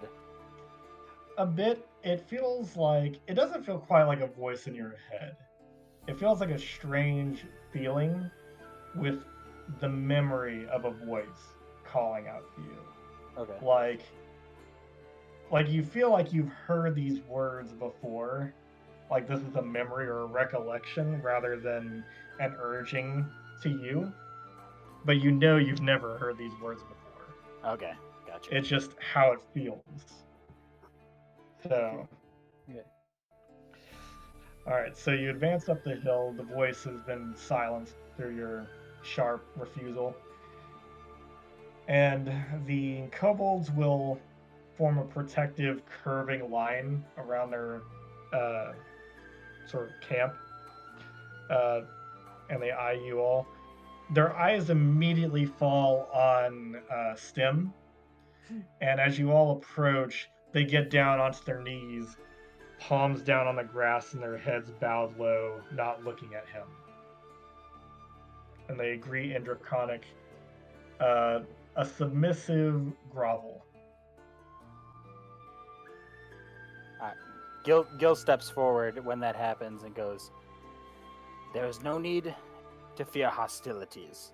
I am the dragon-blessed Gil. These are my companions." And I step back and prompt everyone to do the same. Upon seeing all of them kneel in front of me and knowing what's happening, Stim is going to speak to them in Draconic and tell them, "Becky iriri ikiri ke aktwosh, simi Stim, legisar jaka," which is greetings be upon you. I am Stim. Rise now. They get up hesitantly, fearing a beating, and Itru will step forward and greet in Draconic before saying in Common, We thank you all for considering aiding us. We have talked together, and we think for this dangerous task we can promise a quarter of the wealth of the mine to you in exchange for your help. That is massive. That is. You hope. Because you remember, the Shogunate wants all of this for themselves, which means we're going to have to fight them for it. Or we could just fight Keval soon for it. Yeah, but you also got to remember, we have a cleric to deal with too. Ah, boy. It's not just him. We have Kabalsoon, his slave, and a cleric. And bureaucracy. No, they had an accident. They fell off the side of the mountain. I don't know what they're talking about. Yeah, exactly. Now they have to go through the insurance and all the payouts and all the processing. Nah, it's their problem, not ours. We don't have. Oh yeah, we don't have time to rest. So. Did you blow all your spell slots? No. Okay. Calm down. Just asking a simple question, bro. It's all good. No, I didn't. I actually Okay, didn't. that's good. Oh, that's sad. Yeah, I blew 1 second and 1 first, but I'll be good. Oh, that's not horrible. So I guess I speak to Ietru. He goes, we are in agreement. Now perhaps you can take us to the place where we may take action together. Stim is going to reach out with one foot and tap you very lightly in the leg and tell you in Draconic, you need to tell them about the goblin and what he wants. About the Shogunate. Yes. And don't do it in common. All and right. He will tell you that in Draconic. Okay, I cast a shifty, like, side-eyes glance at Kevalsoon and Saki, and I turn back to the group. We are here on behalf of the Shogunate, the army of goblinoids. They have us under, shall we say, forced servitude. And while we have no desire to further their cause, they expect, shall we say, fuller compensation from land within their territory. We're going to do our best to ensure they don't attempt to take everything from you, because I know you don't deserve that. So when that time comes, and should we succeed, it will inevitably come, we may need your help to deal with that.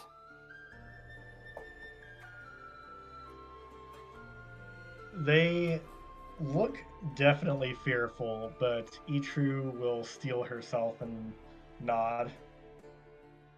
And Kaval will make a glance over at you, Gil, and ask what's being discussed. Whether or not they want to disclose the mine location to us. They said they'll lead us there. The kobolds sort of back away a little bit, and Itru will say, I can point out its location in relation to this area, but we don't really want to go back there. Not with those beasts there. Stim will pull out the map and show it to her and say, can you mark it on this? She'll nod and take a bit of charcoal that she's got and make a very coarse drawing that looks like sort of an M on the, let's see, it's about 2 miles east of where you guys are. Okay. I'm going to, while they're there, I'm going to ask her, like, do you know any of the other places on this map? Like, he will hold a finger, like, right in front of the ruins. We don't Asking go there. her this. Like, Yeah. do they know anything else about the area other than just the mine? They talk about how there are different landmarks and shrines and whatnot. They say that it would take a bit of time to go into, but there are other landmarks within the woods and strange things that they know about that they've seen or heard about. Well, when we are done, we shall return. Very well. And Stim will nod and thank them for their time. Alrighty. So, Does anyone else want to say something or do something? Well, actually, I have a little question for the DM. What's up? How do the kobolds react to Norbert? like with Stim, they're in awe of him. And each one gathers up while Itru and Stim are conducting their business. Each one will begin collecting portions of their food and then submitting it into a bowl and presenting it to Norbert as tribute and skulk away from him, keeping their heads bowed and their hands pressed together and fingers laced. Norbert is just like gobbling it up. Oh my word. We should stop meeting so many kobolds. Then he's gonna get fat. Isn't he magic? Right? What's it matter? Oh, never mind then. Alright, so Gil makes one last interaction with Yetcher before we head out, which is to like offer a handshake and to say in common out loud so that everyone can hear him, to seal our pact. And then if she shakes, as they shake, he says in Draconic to her, Have your group post outside the mine once we head inside. When we come out and I give a signal, it means that the shogunate hasn't agreed to leave you alone, in which case you may need to intervene. The two with us are the ones who you'll have to deal with. But of course, we'd like to convince them rather than slay them outright. She will ask, what is the signal? You'll know it when you see it. She'll nod. It's gonna be a rubber chicken that's gonna fly out. He is a wild sorcerer. You're gonna throw Norbert.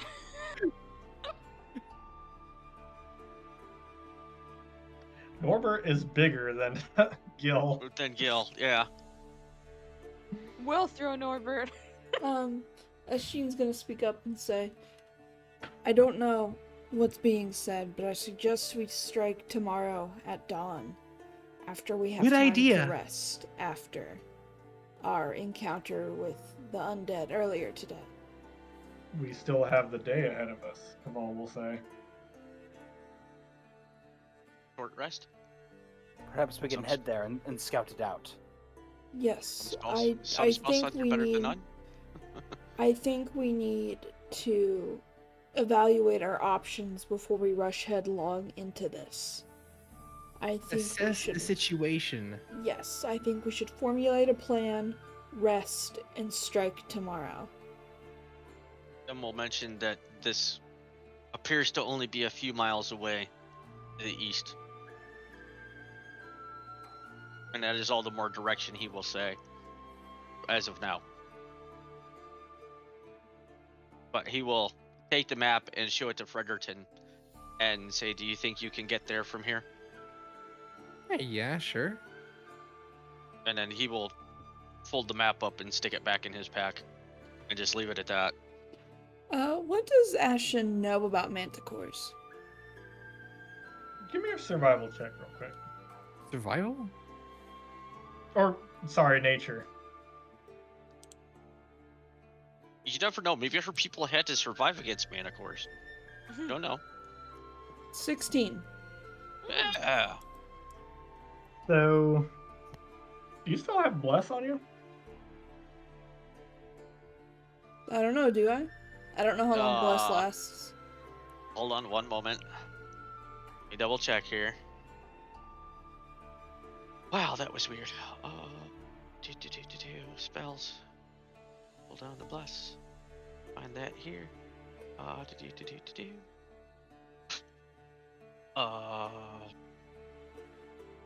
It just says concentration up to a minute. That's all it says. It doesn't say how long.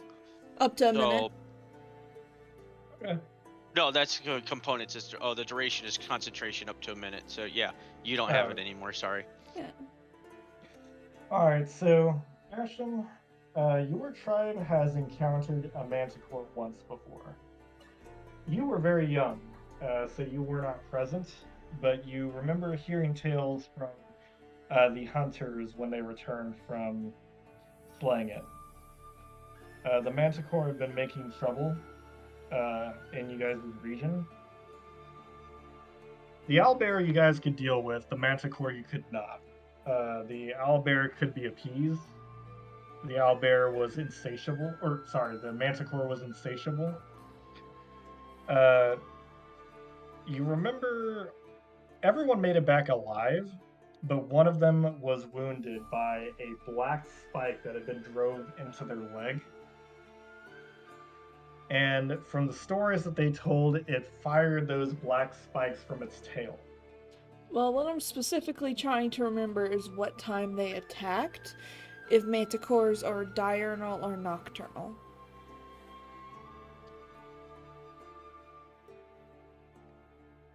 Whether they hunt at night or day. I know. You recall that it's kind of mixed. It's hard to say, really, but generally, they are nocturnal. Then she'll look to Cabal and say, we need to make camp around the entrance to the mine. We need to set out watch. We'll need to see when these manticores come in and out and get a feel for their pattern for when they sleep. When they're sleeping, we will come and slay them.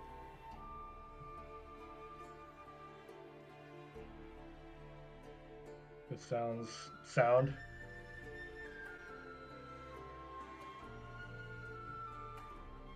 She'll So nod. long as it is done soon. It will be done within 24 hours. We need to rest. We might not be injured, but we are tired. It has been a long day. Morale is low.